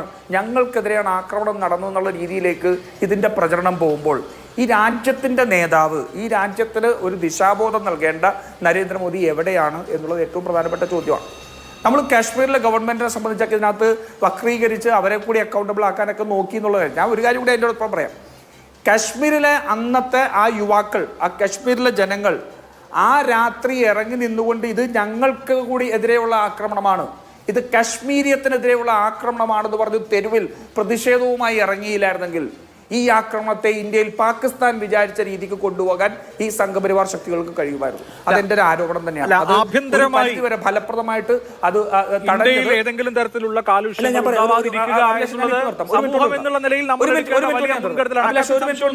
ഒരു പക്ഷേ ശ്രീ രാജു പിന്നാർ, ഈ രാഷ്ട്രീയ വിമർശനം ഉന്നയിക്കുമ്പോൾ നമ്മൾ നോക്കൂ, ഇതൊരു ഇന്റർനാഷണൽ ഫ്രണ്ടിൽ ചർച്ച ചെയ്യപ്പെടുകയാണ്. ഇന്ന് കോൺഗ്രസിന്റെ പ്രധാനമന്ത്രിയെ കാണാനില്ല, ഉടൽ മാത്രമുള്ള തലയില്ലാത്ത പോസ്റ്ററല്ലേ ഗയാബ് എന്ന് പറയുന്ന പോസ്റ്റർ, അത് പാകിസ്ഥാനിലെ രാഷ്ട്രീയ നേതാക്കൾ ഷെയർ ചെയ്യുകയാണ്. കേരളത്തിലെ കോൺഗ്രസ് പാർട്ടിയുടെ INC കേരളയുടെ ട്വീറ്റ് 200 കിലോമീറ്റർ ഉള്ളിൽ വന്ന് സ്ട്രൈക്ക് നടത്തിയത് എങ്ങനെ എന്ന ചോദ്യം എന്ന് പറഞ്ഞാൽ ആ ആക്രമണത്തിന്റെ സ്വഭാവത്തെ പോലും സസ്പീഷ്യസ് ആയി കാണുന്ന പോസ്റ്റ് പുറത്ത് പാകിസ്ഥാനിലെ രാഷ്ട്രീയ നേതാക്കൾ ഷെയർ ചെയ്യാണ്. ഇതൊരു നാഷണൽ എമർജൻസി ആണല്ലോ, അല്ലെങ്കിൽ ഒരു നാഷണൽ ആ നിലയ്ക്ക് നമ്മുടെ ദേശീയ തലത്തിലുള്ള ഒരു ക്രൈസിസിനെ നേരിടുമ്പോൾ, ഒരു നാഷണൽ ക്രൈസിസിന്റെ വേളയിൽ അതിൽ കേവല രാഷ്ട്രീയവും സങ്കുചിത രാഷ്ട്രീയവും കാണേണ്ട കാര്യമുണ്ട്. ശരിയാണ്, ഇവിടുത്തെ ഗവൺമെന്റ് അക്കൗണ്ടബിൾ ആകണം, ഇവിടുത്തെ സാമൂഹ്യ സംഘർഷങ്ങൾ ലഘൂകരിക്കാനോ ഇല്ലാതാക്കാനോ ഖണ്ഡിതമായ നിലപാടെടുക്കണം എന്നുള്ള കാര്യത്തിലൊന്നും തർക്കമില്ല. പക്ഷേ ഒരു നാഷണൽ ക്രൈസിസിന്റെ സമയത്ത് നമ്മൾ ഓരോ വീഴ്ചകൾ എണ്ണി പറയാൻ പോവേണ്ടതുണ്ടോ? അത് അയൽവക്കക്കാർക്ക് വലിയ ആഘോഷമാണ്. അഭിലാഷ, വീഴ്ചകൾ എണ്ണി പറയുന്നല്ല, ഈ സർക്കാർ അപ്രത്യക്ഷമാവുന്ന കാര്യങ്ങളെ കുറിച്ച് പറഞ്ഞത്. ഞാൻ പറഞ്ഞല്ലോ, ഞാൻ കാശ്മീരിൽ ഈ സംഭവം നടന്നതിന് ശേഷം കഴിഞ്ഞ ദിവസം കാശ്മീരിലെ ഗവൺമെന്റ് അടിയന്തരമായി നിയമസഭാ സമ്മേളനം വിളിച്ചല്ലോ. അവർ നിയമസഭാ സമ്മേളനം വിളിച്ചു പാകിസ്ഥാനെതിരെ സ്കേറ്റിംഗ് അറ്റാക്ക് ഇതിൽ നടത്തിയില്ലേ? ഈ രാജ്യം ഒരുമിച്ച് നിൽക്കുന്നു, ആ കാശ്മീരിയത്ത് മുന്നിൽ വെച്ചുകൊണ്ട് ഞങ്ങൾ ഒരുമിച്ച് നിൽക്കുന്നു എന്നുള്ള സന്ദേശമല്ലേ കൊടുക്കുന്നത്? ഞാൻ ചോദിച്ച ചോദ്യം ഇതാണ്, ഈ സന്ദേശം കൊടുക്കാൻ ഇന്ത്യയുടെ പ്രധാനമന്ത്രി എവിടെ? മൻമോഹൻ സിംഗ് ബോംബെ അറ്റാക്ക് ഉണ്ടായപ്പോൾ രാജ്യത്തെ അഭിസംബോധന ചെയ്തില്ലേ? എന്താണ് ഈ രാജ്യം മുന്നോട്ട് എങ്ങനെയാണ് പോകാൻ പോകുന്നത് എന്നുള്ളതിനെ സംബന്ധിച്ച് ജനങ്ങൾക്ക് വിശ്വാസം കൊടുത്തില്ലേ? എവിടെ പോയി ഇന്ത്യയുടെ പ്രധാനമന്ത്രി? ഇന്ത്യയുടെ പ്രധാനമന്ത്രി സർവകക്ഷി യോഗത്തിൽ പോലും പങ്കെടുക്കാതെ പോയി പങ്കെടുത്തത് ബീഹാറിലെ പ്രചരണത്തിലല്ലേ? പിന്നെ സത്യം ചോദിക്കും. ഞാൻ ചോദിക്കുന്നത്, അവിടെ ഇത്ര 26 പേരെ ഏകദേശം അരമണിക്കൂർ 40 മിനിറ്റോളം നിന്ന് ആയുധധാരികളായിട്ടുള്ള സിവിലിയൻ ഡ്രസ്സിൽ വന്നവർ AK-47 വന്ന് ഫയർ ചെയ്തപ്പോൾ ഒന്ന് ഡിഫ്യൂസ് ചെയ്യാൻ പോട്ടെ, ഒന്ന് തിരിച്ചു വെടിവെക്കാൻ പോലും ഒരു സൈനികനില്ലാത്ത സാഹചര്യം ഉണ്ടായത് ഈ രാജ്യത്തിന്റെ സത്യമല്ലേ? അത് ഞങ്ങൾ ചോദിക്കണ്ടേ? അത് ചോദിക്കുമ്പോൾ, സത്യം ചോദിക്കുമ്പോൾ മറ്റാരെങ്കിലും അതെടുത്ത് ആ സത്യത്തെ പറഞ്ഞാൽ അതിന്റെ ഉത്തരവാദിത്വം ഞങ്ങൾക്കില്ല. ഞങ്ങൾ ചോദിക്കുന്ന സത്യത്തിന്റെ ഉത്തരവാദിത്വം മാത്രമേ ഉള്ളൂ. പിന്നെ ഈ വിമർശനമൊക്കെ പറയുന്നുണ്ടല്ലോ, ബോംബെ അറ്റാക്ക് നടന്നപ്പോൾ കത്തിക്കൊണ്ടിരിക്കുന്ന താജിന് മുൻപിൽ നിന്ന് വിമർശനം ഉന്നയിച്ച ആളാണ് നരേന്ദ്രമോദി, ഇല്ലേ? ഞങ്ങൾ നരേന്ദ്രമോദി എന്തുകൊണ്ട് ഇന്ന് രാജ്യത്തെ അഭിസംബോധന ചെയ്തില്ല എന്ന് ചോദിച്ചുള്ളൂ. പക്ഷെ ശിവരാജ് സിംഗ് ചൗഹാൻ മാറിയ ഡ്രസ്സിന്റെ എണ്ണം എടുത്തുകൊണ്ട് അന്ന് രാത്രി വിമർശനം ഉന്നയിച്ച പാർട്ടിയാണ് BJP. നിങ്ങൾ ആരെയാണ് ഈ പഠിപ്പിക്കാൻ വരുന്നത്? അന്ന് ശിവരാജ് പാട്ടീലിന്റെ രാജി ഇവർ ആവശ്യപ്പെട്ടത്. ശിവരാജ് പാട്ടീൽ പിന്നീട് രാജിവെച്ചു, മഹാരാഷ്ട്രയിലെ ആഭ്യന്തരമന്ത്രി പിന്നീട് രാജിവെച്ചു, ഇല്ലേ? അങ്ങനെ ഒരു പൊളിറ്റിക്കൽ അക്കൗണ്ടബിലിറ്റി കാണിച്ചു. ഞങ്ങൾ അമിത്ഷായുടെ രാജി ആവശ്യപ്പെട്ടില്ലല്ലോ, ഞങ്ങൾ ഈ രാജ്യത്ത് മറ്റൊരാളുടെയും രാജി ഞങ്ങൾ ആവശ്യപ്പെടുന്നില്ലല്ലോ. ഞങ്ങൾ ചോദിക്കുന്നത് ഈ രാജ്യത്തെ ജനങ്ങൾക്ക് സുരക്ഷിതത്വ ബോധം ഉണ്ടാക്കാൻ ഉള്ള നടപടികൾ എന്ത്? എനിക്കറിയില്ല, എനിക്കതിന് ടെക്നിക്കൽ സൈഡിലേക്ക് പോകില്ല. ഒരുപക്ഷെ മേജർ രവി അതിനെ സംബന്ധിച്ച് പറയാൻ സാധിക്കും. പക്ഷേ ഇന്ന് 8 ദിവസം കഴിയുമ്പോൾ പോലും നമ്മളൊരു യുദ്ധത്തിലേക്ക് പോകുന്ന സാഹചര്യം എന്ന് പറയുമ്പോൾ പോലും ഈ കാശ്മീരിലേക്ക് 1,80,000 സൈനികരെ വെട്ടിച്ചുരുക്കിയത് JD പക്ഷി പറഞ്ഞ അഭിപ്രായം നിലനിൽക്കുമ്പോൾ അങ്ങോട്ടേക്കൊരു ഫോഴ്സ് മൂവ് ചെയ്യുന്നതിന്റെ വാർത്ത പോലും നമുക്കറിയില്ല. പക്ഷെ അപ്പുറത്തെ സൈഡിൽ പാകിസ്ഥാന്റെ ഫോഴ്സ് അവിടെ കൂട്ടുകയാണ്. എനിക്കറിയില്ല, അറിയാതെ നടക്കുന്ന ഒരു കാര്യമാണെന്ന് ഞാൻ വിശ്വസിക്കുന്നുമില്ല. ഞാൻ ഗൂഗിളിൽ പരന്നു നോക്കി, സൈന്യത്തിന്റെ മൂവ്മെന്റ് ഉണ്ടായിട്ടുണ്ടോ? ഞാൻ ഉണ്ടായിട്ടില്ല. ശരി, ഇത് ഇങ്ങനെയുള്ള ഓരോ കാര്യങ്ങളും എണ്ണി പറയാനുള്ള സമയമാണോ അല്ലയോ എന്നുള്ളത് വിഷയമാണ്. ഞാൻ അങ്ങയിലേക്ക് വരാം. ശ്രീ മേജർ രവി, കഴിഞ്ഞ ദിവസം ഇന്നലെ കശ്മീരിന്റെ നിയമസഭ ഒരു പ്രമേയം പാസ്സാക്കുന്നത് നമ്മൾ കണ്ടു. പാകിസ്ഥാനെ അപലപിച്ചും ഇന്ത്യൻ ജനതയ്ക്ക് അതുപോലെ തന്നെ ഈ പൊരുതി വീണ മനുഷ്യർക്ക് അഭിവാദ്യം അർപ്പിച്ചുകൊണ്ടും നമ്മൾ കഴിഞ്ഞ 30 കൊല്ലത്തിനിടയ്ക്ക് കാശ്മീരിൽ കാണാത്തത്രയും തീവ്രതയിൽ കശ്മീരിലെ ജനങ്ങൾ, എല്ലാ വിഭാഗം ജനങ്ങളും എന്ന് പറഞ്ഞാൽ ഈ പോണിവാലകളും തടാകത്തിൽ സർവീസ് നടത്തുന്ന ആളുകളും തൊട്ട് കച്ചവടക്കാരും സകല മനുഷ്യരും സകല രാഷ്ട്രീയ പാർട്ടികളും ഇതിനെ അപലപിക്കുകയും വളരെ ശക്തമായ നിലയിൽ ഭീകരവാദത്തിനെതിരെ നിലപാടെടുക്കുകയും ചെയ്തത് ഒരു അഭൂതപൂർവമായ സന്ദർഭമാണ്. അപ്പോൾ കശ്മീരിയത്തിനെയാണ് ആക്രമിച്ചതെന്ന് അവർ തന്നെ പറയുന്ന ഒരു സാഹചര്യമുണ്ട്. അപ്പോൾ കശ്മീർ ജനതയെ അന്വവൽക്കരിക്കാതെ കശ്മീർ ജനതയെ ചേർത്ത് നിർത്താൻ ഇന്ത്യയെ സംബന്ധിച്ച് കിട്ടിയ ഏറ്റവും മികച്ച അവസരം കഴിഞ്ഞ 30 കൊല്ലത്തിനിടയ്ക്ക് എന്ന് പറയാം. ആ നിലയ്ക്ക് കശ്മീർ ജനത പ്രതികരിച്ചപ്പോൾ അതിനെ ഗുണപരമായി ഉപയോഗിച്ചോ ഇതുവരെ? ഇപ്പോൾ ഭീകരവാദികളുടെ വീടുകൾ തകർത്തു, അപ്പോൾ അതിനടുത്തുള്ള വീടുകൾ തന്നെയും പലതും തകരുന്ന അവസ്ഥയുണ്ടായി, പല ഗ്രാമങ്ങളും ടെററൈസ് ചെയ്യുന്ന ഒരു സാഹചര്യം ഉണ്ടായി. അതുപോലെ തന്നെ ഈ വിസ ക്യാൻസലേഷന്റെ പേരിൽ ഇപ്പോൾ കുഞ്ഞിന് അമ്മയെ വേർപ്പെടേണ്ടി വരുന്ന സാഹചര്യം, ഇങ്ങനെയൊക്കെയുള്ള കാര്യങ്ങളൊക്കെ നമ്മൾ കഴിഞ്ഞ ദിവസങ്ങളിൽ കണ്ടു. കശ്മീരിന്റെ ഭീകരതയ്ക്കെതിരെയുള്ള വികാരത്തെ പൂർണ്ണമായും ഉപയോഗിക്കാൻ കഴിഞ്ഞിട്ടുണ്ട്, ഗുണപരമായി ഉപയോഗിക്കാൻ കഴിഞ്ഞിട്ടുണ്ടെന്ന് താങ്കൾക്ക് തോന്നുന്നുണ്ടോ?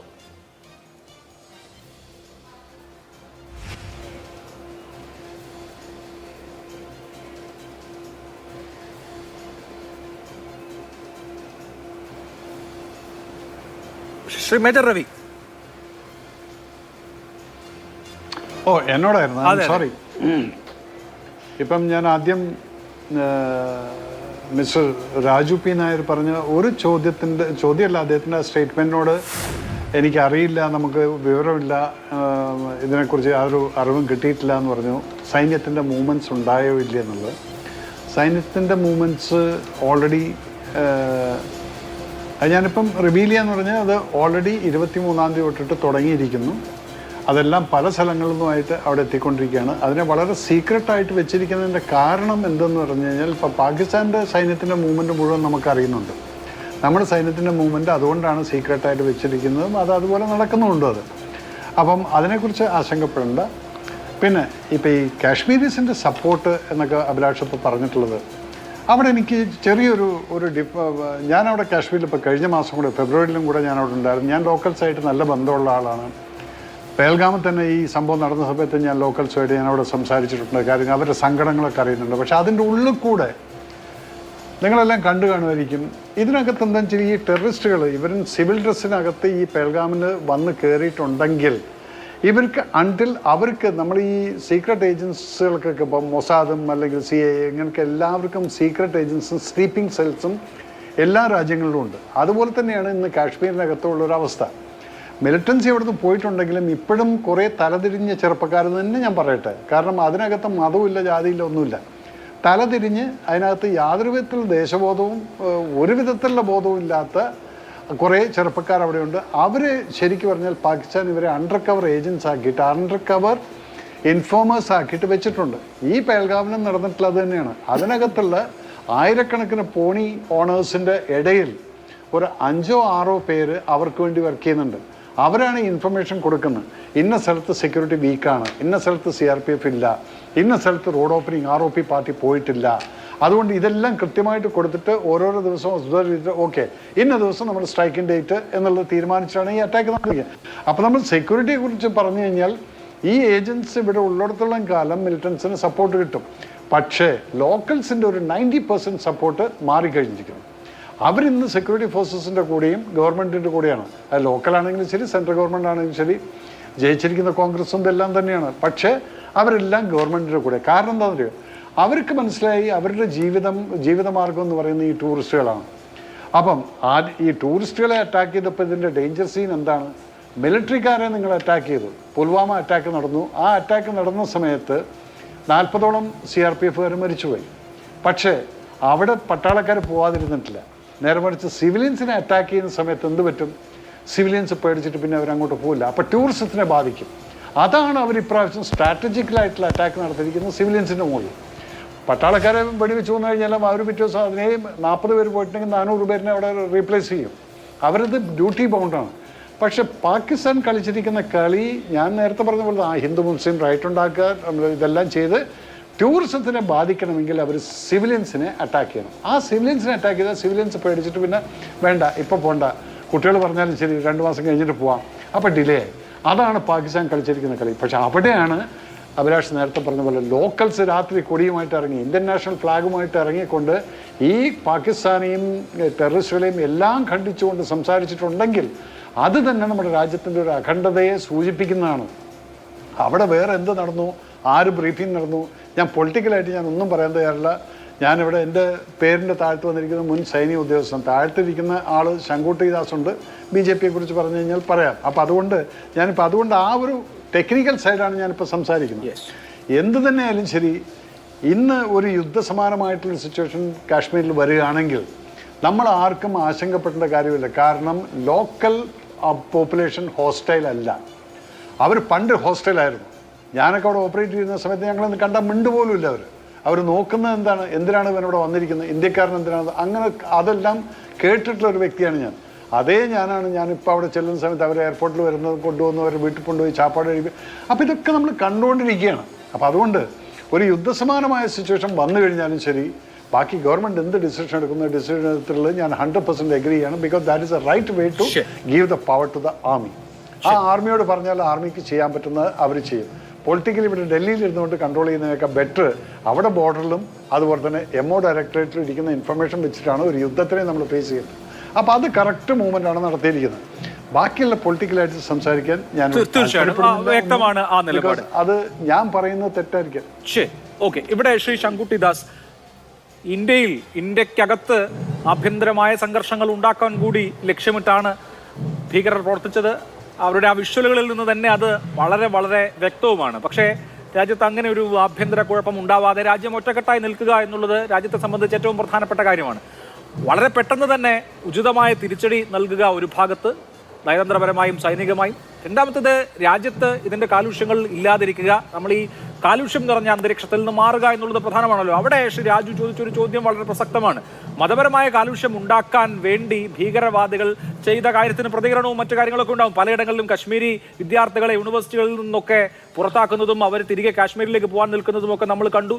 ഈ ദിവസം നമ്മുടെ തൊട്ടയൽ സംസ്ഥാനത്ത് കർണാടകയിൽ ഒരാളെ പാകിസ്ഥാനെ അനുകൂലിച്ചു എന്ന് പറഞ്ഞ് തല്ലിക്കൊന്നതായ വാർത്തകൾ വരുന്നു. ഇങ്ങനെ നമ്മുടെ രാജ്യത്ത് കുഴപ്പമുണ്ടാകാതിരിക്കാനുള്ള വലിയ ഇനീഷ്യേറ്റീവ് അല്ലെങ്കിൽ വലിയ മുൻകരുതൽ എടുക്കാനുള്ള ഉത്തരവാദിത്വം കേന്ദ്ര സർക്കാരിനുണ്ടല്ലോ, അതിനെ നയിക്കുന്ന നേതാക്കൾക്കുമുണ്ടല്ലോ. അത് പുലർത്തുന്നില്ല എന്നുള്ളതാണ് ഇവിടെ ചൂണ്ടിക്കാണിച്ച ഒരു വിമർശനം. ആരാണത് പുലർത്താത്തത് എന്നുള്ളതല്ലേ ശരിയായിട്ടുള്ള ചോദ്യം. നോക്കൂ, ഇത് രാജ്യത്തിനെതിരെ നടന്നിട്ടൊരു ആക്രമണമാണ്, ഏതെങ്കിലും ഒരു മതവിഭാഗത്തിനെതിരെ ഒരു മതവിഭാഗം നടത്തിയിട്ടുള്ള ആക്രമണമല്ല എന്ന ഒരു നിലപാട് രാജ്യം പൊതുവായി സ്വീകരിക്കുന്ന സമയത്തും ഇത് ഒരു മതവിഭാഗത്തിനെ മാത്രം പ്രീതിപ്പെടുത്താൻ വേണ്ടിയിട്ട് അവർക്കെതിരെ ഏതോ തരത്തിലുള്ള ആക്രമണം നടക്കുന്നു, അവരെ ഡിഫെൻഡ് ചെയ്യാൻ ഞങ്ങൾ മാത്രമേ ഉള്ളൂ എന്നുള്ള രീതിയിൽ ഈ നിലപാടുകൾ സ്വീകരിക്കുന്ന ആരാണ്? ഇപ്പോൾ രാജു പി നായർ ഈ ചർച്ചയിൽ പറഞ്ഞു നോക്കൂ, ലണ്ടനിലെ ഹൈക്കമ്മീഷന്റെ മുന്നിൽ പോയിട്ട് ഐ ആം എ ഹിന്ദു എന്ന് പറഞ്ഞിട്ട് കാർഡ് ഉയർത്തിയിട്ടുള്ള ആളുകൾ ഹിന്ദു വർഗീയവാദികൾ, ഹിന്ദു തീവ്രവാദികൾ എന്നാണ് അദ്ദേഹം വിളിച്ചത്. എന്നാൽ അതേ സമയത്ത് കശ്മീർ ഓരോ മനുഷ്യരോടും മതം ചോദിച്ച് ഹിന്ദു ആണോ എന്ന് ഉറപ്പുവരുത്തിയതിനു ശേഷം വെടിവെച്ച് കൊന്നിട്ടുള്ള ആളുകൾ അവർ മതഭീകരവാദികളാണെന്ന് സമ്മതിക്കാൻ അദ്ദേഹം തയ്യാറല്ല. അവർ കൊല്ലപ്പെട്ടത് അവർ ഇന്ത്യക്കാരായതുകൊണ്ട് മാത്രമല്ല. ശരി, ഞാൻ മുഴുവൻ പറയട്ടെ. കശ്മീരിൽ പഹൽഗാമിൽ നടന്നിട്ടുള്ള സംഭവം, പഹൽഗാമിൽ ആളുകൾ കൊല്ലപ്പെട്ടത് അവർ ഇന്ത്യക്കാരായതുകൊണ്ട് മാത്രമല്ല, അവർ ഹിന്ദുക്കളായതുകൊണ്ട് കൂടിയാണ്. ഓരോരുത്തരോടും അവരവരുടെ മതം ചോദിച്ച് അവർ ഹിന്ദുവാണെന്ന് ഉറപ്പുവരുത്തിയതിനു ശേഷം കലിമ ചൊല്ലാൻ കഴിയാത്ത ആളുകളെ, അതും സാധിക്കാത്ത ആളുകളെ വസ്ത്രം താഴ്ത്തി നോക്കിയിട്ട് അവർ സുന്നത്ത് ചെയ്തിട്ടുണ്ടോ നോക്കി അവരുടെ മതം കൃത്യമായിട്ട് ഐഡന്റിഫൈ ചെയ്ത് നിർത്തിയുള്ള കൊലപാതകമാണ്. അതിന് മതപരമായിട്ടുള്ള ഒരു ആസ്പെക്ട് ഉണ്ട്. എന്താണ് മതഭീകരത എന്ന് പറയുന്നത്? മതത്തിന്റെ ആശയത്താൽ പ്രചോദിതമായതും മതപരമായിട്ടുള്ള രീതിയിൽ നിർവഹിക്കപ്പെടുന്നതും തങ്ങൾക്ക് വ്യത്യസ്തമായിട്ടുള്ള ഒരു മതത്തിലുള്ള ആളുകളെ സംഹരിക്കാൻ ലക്ഷ്യം വെച്ചിട്ടുള്ളതും ഒരു മതവിഭാഗത്തിലെ ആളുകൾ നടത്തുന്നതുമായിട്ടുള്ള തീവ്രവാദത്തെയാണ് നമ്മൾ മത തീവ്രവാദം എന്ന് വിളിക്കുന്നത്. ആ നിലയിൽ നോക്കിയാൽ 100% ഇസ്ലാമിക് ടെററാണ്, ഇസ്ലാമിക ഭീകരവാദത്തിൽ ക്വാളിഫൈ ചെയ്യുന്ന സംഭവമാണ് പഹൽഗാമിൽ നടന്നിട്ടുള്ളത്. അവിടെ TRFിന്റെ പ്രഖ്യാപിത ലക്ഷ്യം എന്താണ്?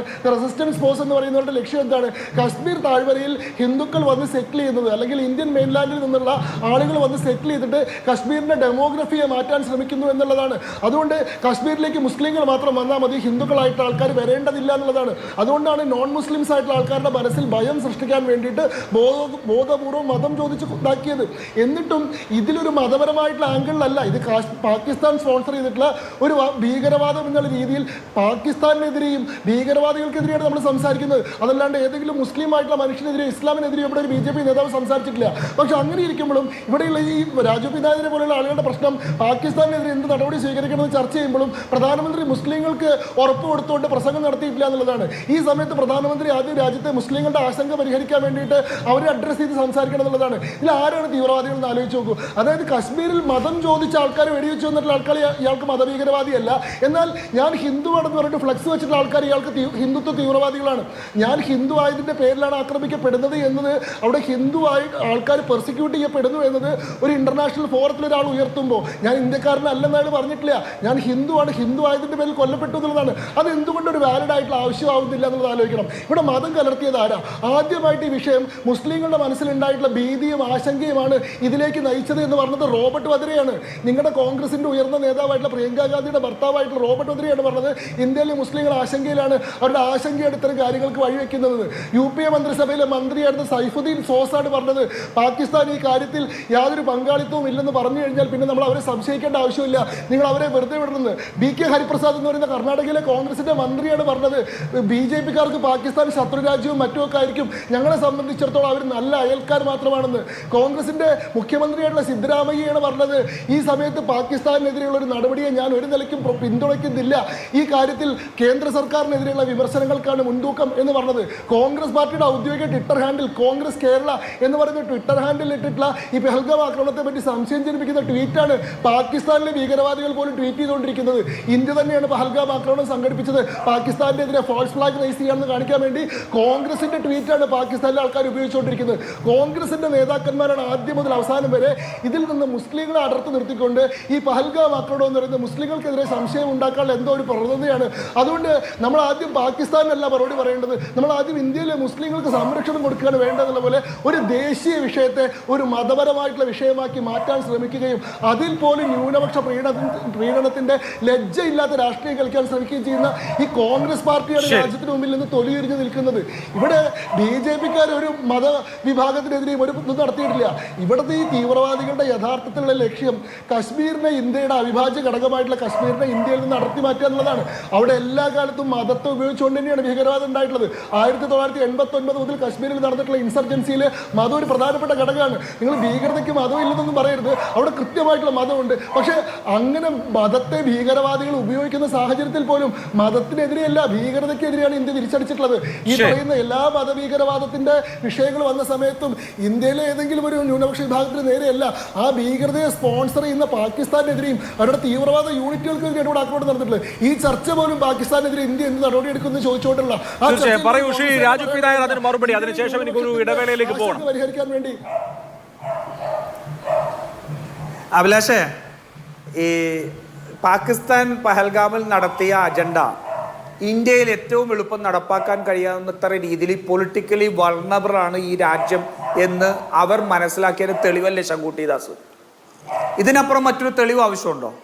അദ്ദേഹം പറഞ്ഞ ഒന്ന് രണ്ട് തെറ്റായ കാര്യങ്ങൾ. ഒന്ന്, ഞാൻ ഹിന്ദു വർഗീയത എന്നല്ല പറഞ്ഞ, ഹിന്ദു തീവ്രവാദികൾ എന്നല്ല വിളിച്ചത്, ഞാൻ ഹിന്ദുത്വ തീവ്രവാദികൾ എന്നാണ് വിളിക്കുന്നത്.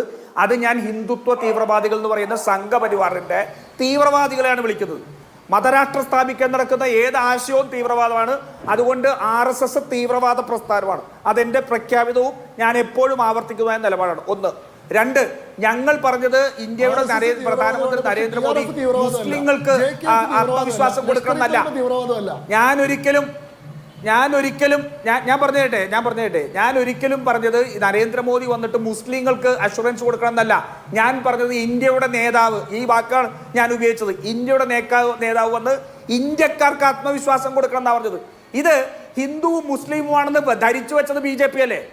പാകിസ്ഥാനും ഇന്ത്യയും തമ്മിലുള്ള വിഷയം ഹിന്ദു മുസ്ലിം വിഷയമാണെന്ന് പറഞ്ഞു തീർക്കേണ്ടത് ഇവരുടെ ആഭ്യന്തര വിഷയത്തിന്റെ പ്രശ്നമാണ്. പാകിസ്ഥാനും ഇന്ത്യയും തമ്മിലുള്ളത് രണ്ട് ശത്രു രാജ്യങ്ങൾ തമ്മിലുള്ള വിഷയമാണ്. നാളെ ഇതുവരെ ഈ പാകിസ്ഥാൻ നടത്തിയ ഒരാക്രമണത്തിലും മതം നോക്കി ആക്രമണം നടത്തിയിട്ടില്ലല്ലോ. പക്ഷെ ഇന്നത് നടത്താമെന്ന് മനസ്സിലായി. കാരണം നരേന്ദ്രമോദിയുടെ ഇന്ത്യയിൽ ബ്രിട്ടീഷ് സർക്കാർ പയറ്റിയ തന്ത്രം, ഞങ്ങൾ പയറ്റിയാൽ തമ്മിലടിക്കാൻ ഇവിടെ ഒരു ഹിന്ദുത്വ വർഗീയവാദികളുണ്ട് എന്ന് അവർക്ക് കൃത്യമായിട്ട് മനസ്സിലായിന്നേ. അതല്ലേ അവർ ഉപയോഗിച്ചത്. അത് കാശ്മീരിലെ മുസ്ലിങ്ങൾ മനസ്സിലാക്കി. എനിക്ക് അഭിമാനമുണ്ട്, എൻ്റെ മുസ്ലിം സഹോദരങ്ങൾ ആ രാത്രി അവിടെ ഇറങ്ങി, ഇറങ്ങിയിട്ട് പറഞ്ഞു, ഇത് മുസ്ലിം ഹിന്ദുക്കൾക്കെതിരെ അല്ല, ഇത് ഞങ്ങൾക്കെതിരെയാണ്. അവരെ കൊണ്ടുവന്ന് ഞങ്ങളുടെ മുമ്പിൽ വെച്ചാൽ ഞങ്ങൾ കൊന്നുതരാം, ഇത് കശ്മീരിയത്തിനെതിരെ ഉള്ള ആക്രമണമാണെന്ന് പറയാൻ ആ മുസ്ലിം യുവാക്കൾക്ക് ധൈര്യമുണ്ടായിരുന്നു, ആർജവമുണ്ടായിരുന്നു. ആ ആർജവം കാണിച്ച നിങ്ങളുടെ നേതാവാണ് മേജർ രവി, ഇവിടെ ഇരിക്കുന്ന ആൾ. പക്ഷെ നിങ്ങളെ സംബന്ധിച്ചോളം ഈ നാട്ടിൽ അത് മുസ്ലിങ്ങൾക്കെതിരെ ആക്കാൻ കഴിയുമോ എന്നുള്ള ചിന്ത മാത്രമാണ്. അതല്ലെങ്കിൽ ഇന്ത്യയും പാകിസ്ഥാനും തമ്മിലുള്ള പ്രശ്നം ഹിന്ദു മുസ്ലിം പ്രശ്നമാണെന്ന് പറയുന്ന ഈ ശങ്കുട്ടി ദാസിനെ എന്താ ചെയ്യേണ്ടത്? മേജർ രവി അംഗീകരിക്കുമോ ഈ സ്റ്റേറ്റ്മെന്റ്? മേജർ രവി അംഗീകരിക്കാൻ തയ്യാറാണോ ഈ സ്റ്റേറ്റ്മെന്റ്? ബിജെപിക്കാരനായി മാറും. എന്നിട്ട് ഇസ്ലാമിക തീവ്രവാദം നടക്കുന്ന എവിടെ അഭിലാഷ്? ഇസ്ലാമിക തീവ്രവാദം ഒരു രാജ്യത്തെ മതരാഷ്ട്രമാക്കി മാറ്റണമെന്ന് പറയുന്നിടത്താണ് ഇസ്ലാമിക തീവ്രവാദം നടക്കുന്നത്. ഒരു രാജ്യം, സിറിയ ഉൾപ്പെടെ മറ്റു രാജ്യങ്ങൾ, മുസ്ലിം രാജ്യങ്ങൾ ഉൾപ്പെടെ ഇസ്ലാമിക രാഷ്ട്രമാക്കി മാറ്റണമെന്ന് പറഞ്ഞ് നടക്കുന്ന ആക്രമണങ്ങളും പ്രവർത്തനവുമാണ് ഈ ഹിന്ദു മുസ്ലിം മതവർഗീയത, തീവ്രവാദ. പാകിസ്ഥാനും ഇന്ത്യയും തമ്മിൽ അതാണോ വിഷയം? പാകിസ്ഥാനും ഇന്ത്യയും തമ്മിലുള്ളത് ഹിന്ദു മുസ്ലിം വിഷയമാണെന്ന് മാറ്റേണ്ടത് ഇവരുടെ ആഭ്യന്തര രാഷ്ട്രീയത്തിന്റെ ആവശ്യമാണ്. അതുകൊണ്ടാണ് ഇയാൾ ബീഹാറിൽ പോയി പ്രസംഗിച്ചത് ഇല്ലേ? ഈ രാജ്യത്തോട് അഭിസംബോധന ചെയ്യാതെ, സർവകക്ഷി യോഗത്തിൽ പങ്കെടുക്കാതെ, ഈ രാജ്യത്തിന് ആത്മവിശ്വാസം കൊടുക്കാതെ, ഈ രാജ്യത്ത് ഒരുമിച്ച് നിൽക്കണം എന്ന സന്ദേശം കൊടുക്കാതെ ബീഹാറിൽ പോയി തെരഞ്ഞെടുപ്പ് യോഗത്തിൽ പ്രസംഗിച്ചത്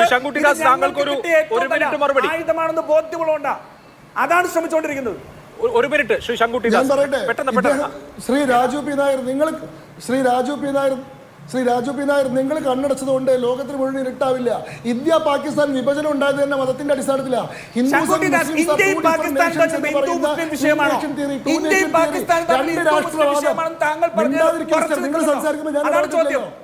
അതാണ് ചോദ്യം. ഇന്ത്യയും പാകിസ്ഥാനും തമ്മിലുള്ളത് ഹിന്ദു മുസ്ലിം വിഷയമാണെന്ന് പറഞ്ഞത് നിങ്ങൾ ഉറച്ചു നിൽക്കുന്നുണ്ടോ? കേട്ടില്ലേ? ഇതിൽ പരം ഈ രാജ്യദ്രോഹികളെ ഈ രാജ്യത്ത് വെച്ചോണ്ടിരിക്കാവോ? ഇത്രയും വലിയ രാജ്യദ്രോഹം മറ്റൊന്നുണ്ടോ ഈ രാജ്യത്ത്? ഇതിനപ്പുറം വലിയ എന്ത് രാജ്യദ്രോഹം?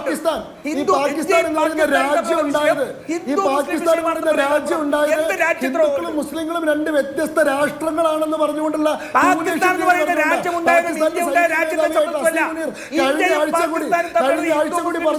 ഹിന്ദു മുസ്ലിം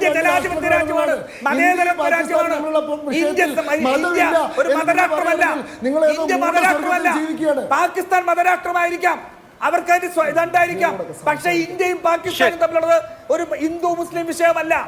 അത് രണ്ട് ശത്രു രാജ്യങ്ങൾ തമ്മിലുള്ള വിഷയമാണ്. ആ രണ്ട് ശത്രു രാജ്യങ്ങളെ സംബന്ധിച്ച് അതിർത്തി തർക്കമുണ്ട്.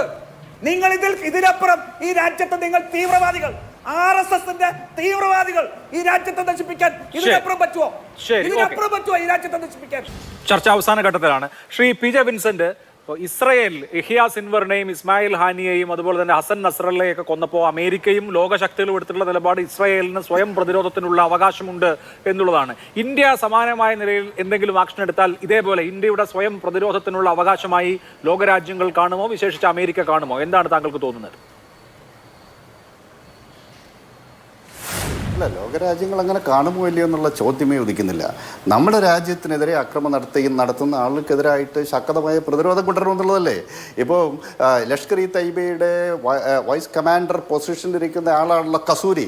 ഈ കസൂരിയാണ് ഈ അക്രമത്തിൻ്റെ പിന്നിലെന്നുള്ളതിന് വ്യക്തമായ തെളിവുകൾ ലഭിച്ചു കഴിഞ്ഞു. മാത്രമല്ല, അദ്ദേഹം കങ്കൺപൂരിൽ പോയിട്ട് അദ്ദേഹം പ്രസംഗിച്ചത് ഇന്ത്യ വിരുദ്ധ പ്രസംഗമാണ്. പഷ്തൂൺ ഖായിൽ ജനുവരി 1926 ഫെബ്രുവരിക്ക് മുമ്പായിട്ട് കാശ്മീർ മോചിപ്പിക്കുമെന്ന് അദ്ദേഹം പ്രസംഗിച്ചു. അപ്പോൾ ഇങ്ങനെ ഇന്ത്യ വിരുദ്ധ പ്രവർത്തനങ്ങൾ നടത്തുന്ന ലഷ്കർ ഇ തൊയ്ബയും ജമാഅത്തുദ്ദവയും അതുപോലെ ഹിസ്ബുൾ മുജാഹിദീൻ അടക്കമുള്ള ടെററിസ്റ്റ് ഓർഗനൈസേഷൻ, ഇതൊരു ഹൈഡ്ര ഹെഡഡ് ഓർഗനൈസേഷനാണ്. ISIയുടെയും പാകിസ്ഥാൻ്റെയും പൂർണ്ണമായ സംരക്ഷണത്തിൽ, അവരുടെ പരിശീലനത്തിൽ, അവരുടെ പണം വാങ്ങിച്ച് അവരുടെ ആയുധബലത്തിൽ പാകിസ്ഥാനിൽ നിന്നുകൊണ്ട് ഇന്ത്യയിലേക്ക് ടെററിസം കയറ്റി അയക്കുന്നു. 1970-കളിൽ തുടങ്ങിയതാണത്. 1990-കളിൽ ശക്തിപ്പെട്ടു ഇപ്പോഴും നടന്നുകൊണ്ടിരിക്കുന്നു. ഇതിനെ ശക്തമായി അഭിമുഖീകരിക്കാൻ മാത്രമേ നിവൃത്തിയുള്ളൂ. അതുപോലെ ഏത് സംഘർഷമുണ്ടായാലും പ്രധാനമായിട്ടും അത് മതപരമായി മാറ്റി തീർക്കാൻ പാകിസ്ഥാൻ എക്കാലത്തും ശ്രമിക്കുന്നുണ്ട്. കാരണം ഇന്ത്യ മതേതര രാഷ്ട്രമാണ്, പാകിസ്ഥാൻ ഒരു മതരാഷ്ട്രമാണ്. അതിനകത്ത് ഭീകരതയ്ക്ക് മതമുണ്ടോ എന്നുള്ള ചോദ്യം തന്നെ അശ്ലീലമാണെന്നാണ് എൻ്റെ അഭിപ്രായം. മതമുണ്ട്. ഇപ്പം ഡി കമ്പനി എടുത്തു കഴിഞ്ഞാൽ ആ ഡി കമ്പനിയിൽ മതമില്ല. കാരണം അവിടെ ദാവൂദ് ഇബ്രാഹിം ഇരിക്കുന്നു, തൊട്ട് താഴെ ചോട്ടാ ഇബ്രാഹിം ഇരിക്കുന്നു, അതിനപ്പുറേ പെരേര ഇരിക്കുന്നു. ഇവരെല്ലാം ചേർന്നിട്ടുള്ള ഒരു സംഘടിത കുറ്റവാളി സംഘമാണത്. പക്ഷേ ലഷ്കർ ഇ തൈബ അങ്ങനെയല്ല. ലഷ്കർ ഇ തൈബ ഒരു ഇസ്ലാമിസ്റ്റ് സലഫി ജിഹാദിസ്റ്റ് പ്രസ്ഥാനമാണ്. അതിന് കൃത്യമായിട്ടുള്ള ഐഡിയോളജി ഉണ്ട്. അതുകൊണ്ട് ആ ഐഡിയോളജി വളരെ പ്രധാനപ്പെട്ടതാണെന്ന് ആയിട്ട് തന്നെ കാണണം. ഒരു തീവ്രവാദ സംഘത്തെയും ഒരു സംഘടിത കുറ്റവാളി സംഘത്തെയും തമ്മിൽ വേർതിരിച്ചു നിർത്തുന്നത് അതിൻ്റെ ഐഡിയോളജിയാണ്. അതുകൊണ്ട് കാശ്മീരിൽ പ്രവർത്തിക്കുന്ന, ഇന്ന് ലോകത്തിൽ വിവിധ ഭാഗങ്ങളിൽ പ്രവർത്തിക്കുന്ന ഭീകര സംഘങ്ങൾക്ക് പ്രധാനമായിട്ടും റിലീജിയസ് ഐഡിയോളജിയും എത്നിക് ഐഡിയോളജിയാണുള്ളത്. കൂ ക്ലസ് ക്ലാൻ എന്ന് പറയുന്നത് ഒരു വംശീയ ഭീകര സംഘമാണ്. കാരണം അവരുടെ ഐഡിയോളജി വംശീയതയാണ്.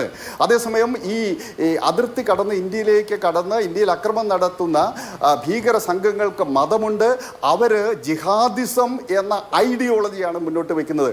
അത് പറഞ്ഞുകൊണ്ട് മാത്രമേ നമുക്ക് പോകാൻ സാധിക്കുള്ളൂ. ഇനി രണ്ടാമത്തെ കാര്യം, ഏതൊരു സംഘർഷം ഉണ്ടായാലും വളരെ പെട്ടെന്ന് നമ്മളുടെ ഒരു പൊളിറ്റിക്കൽ ഡിസ്കോഴ്സിനകത്ത് രണ്ട് കാര്യങ്ങൾ വരും.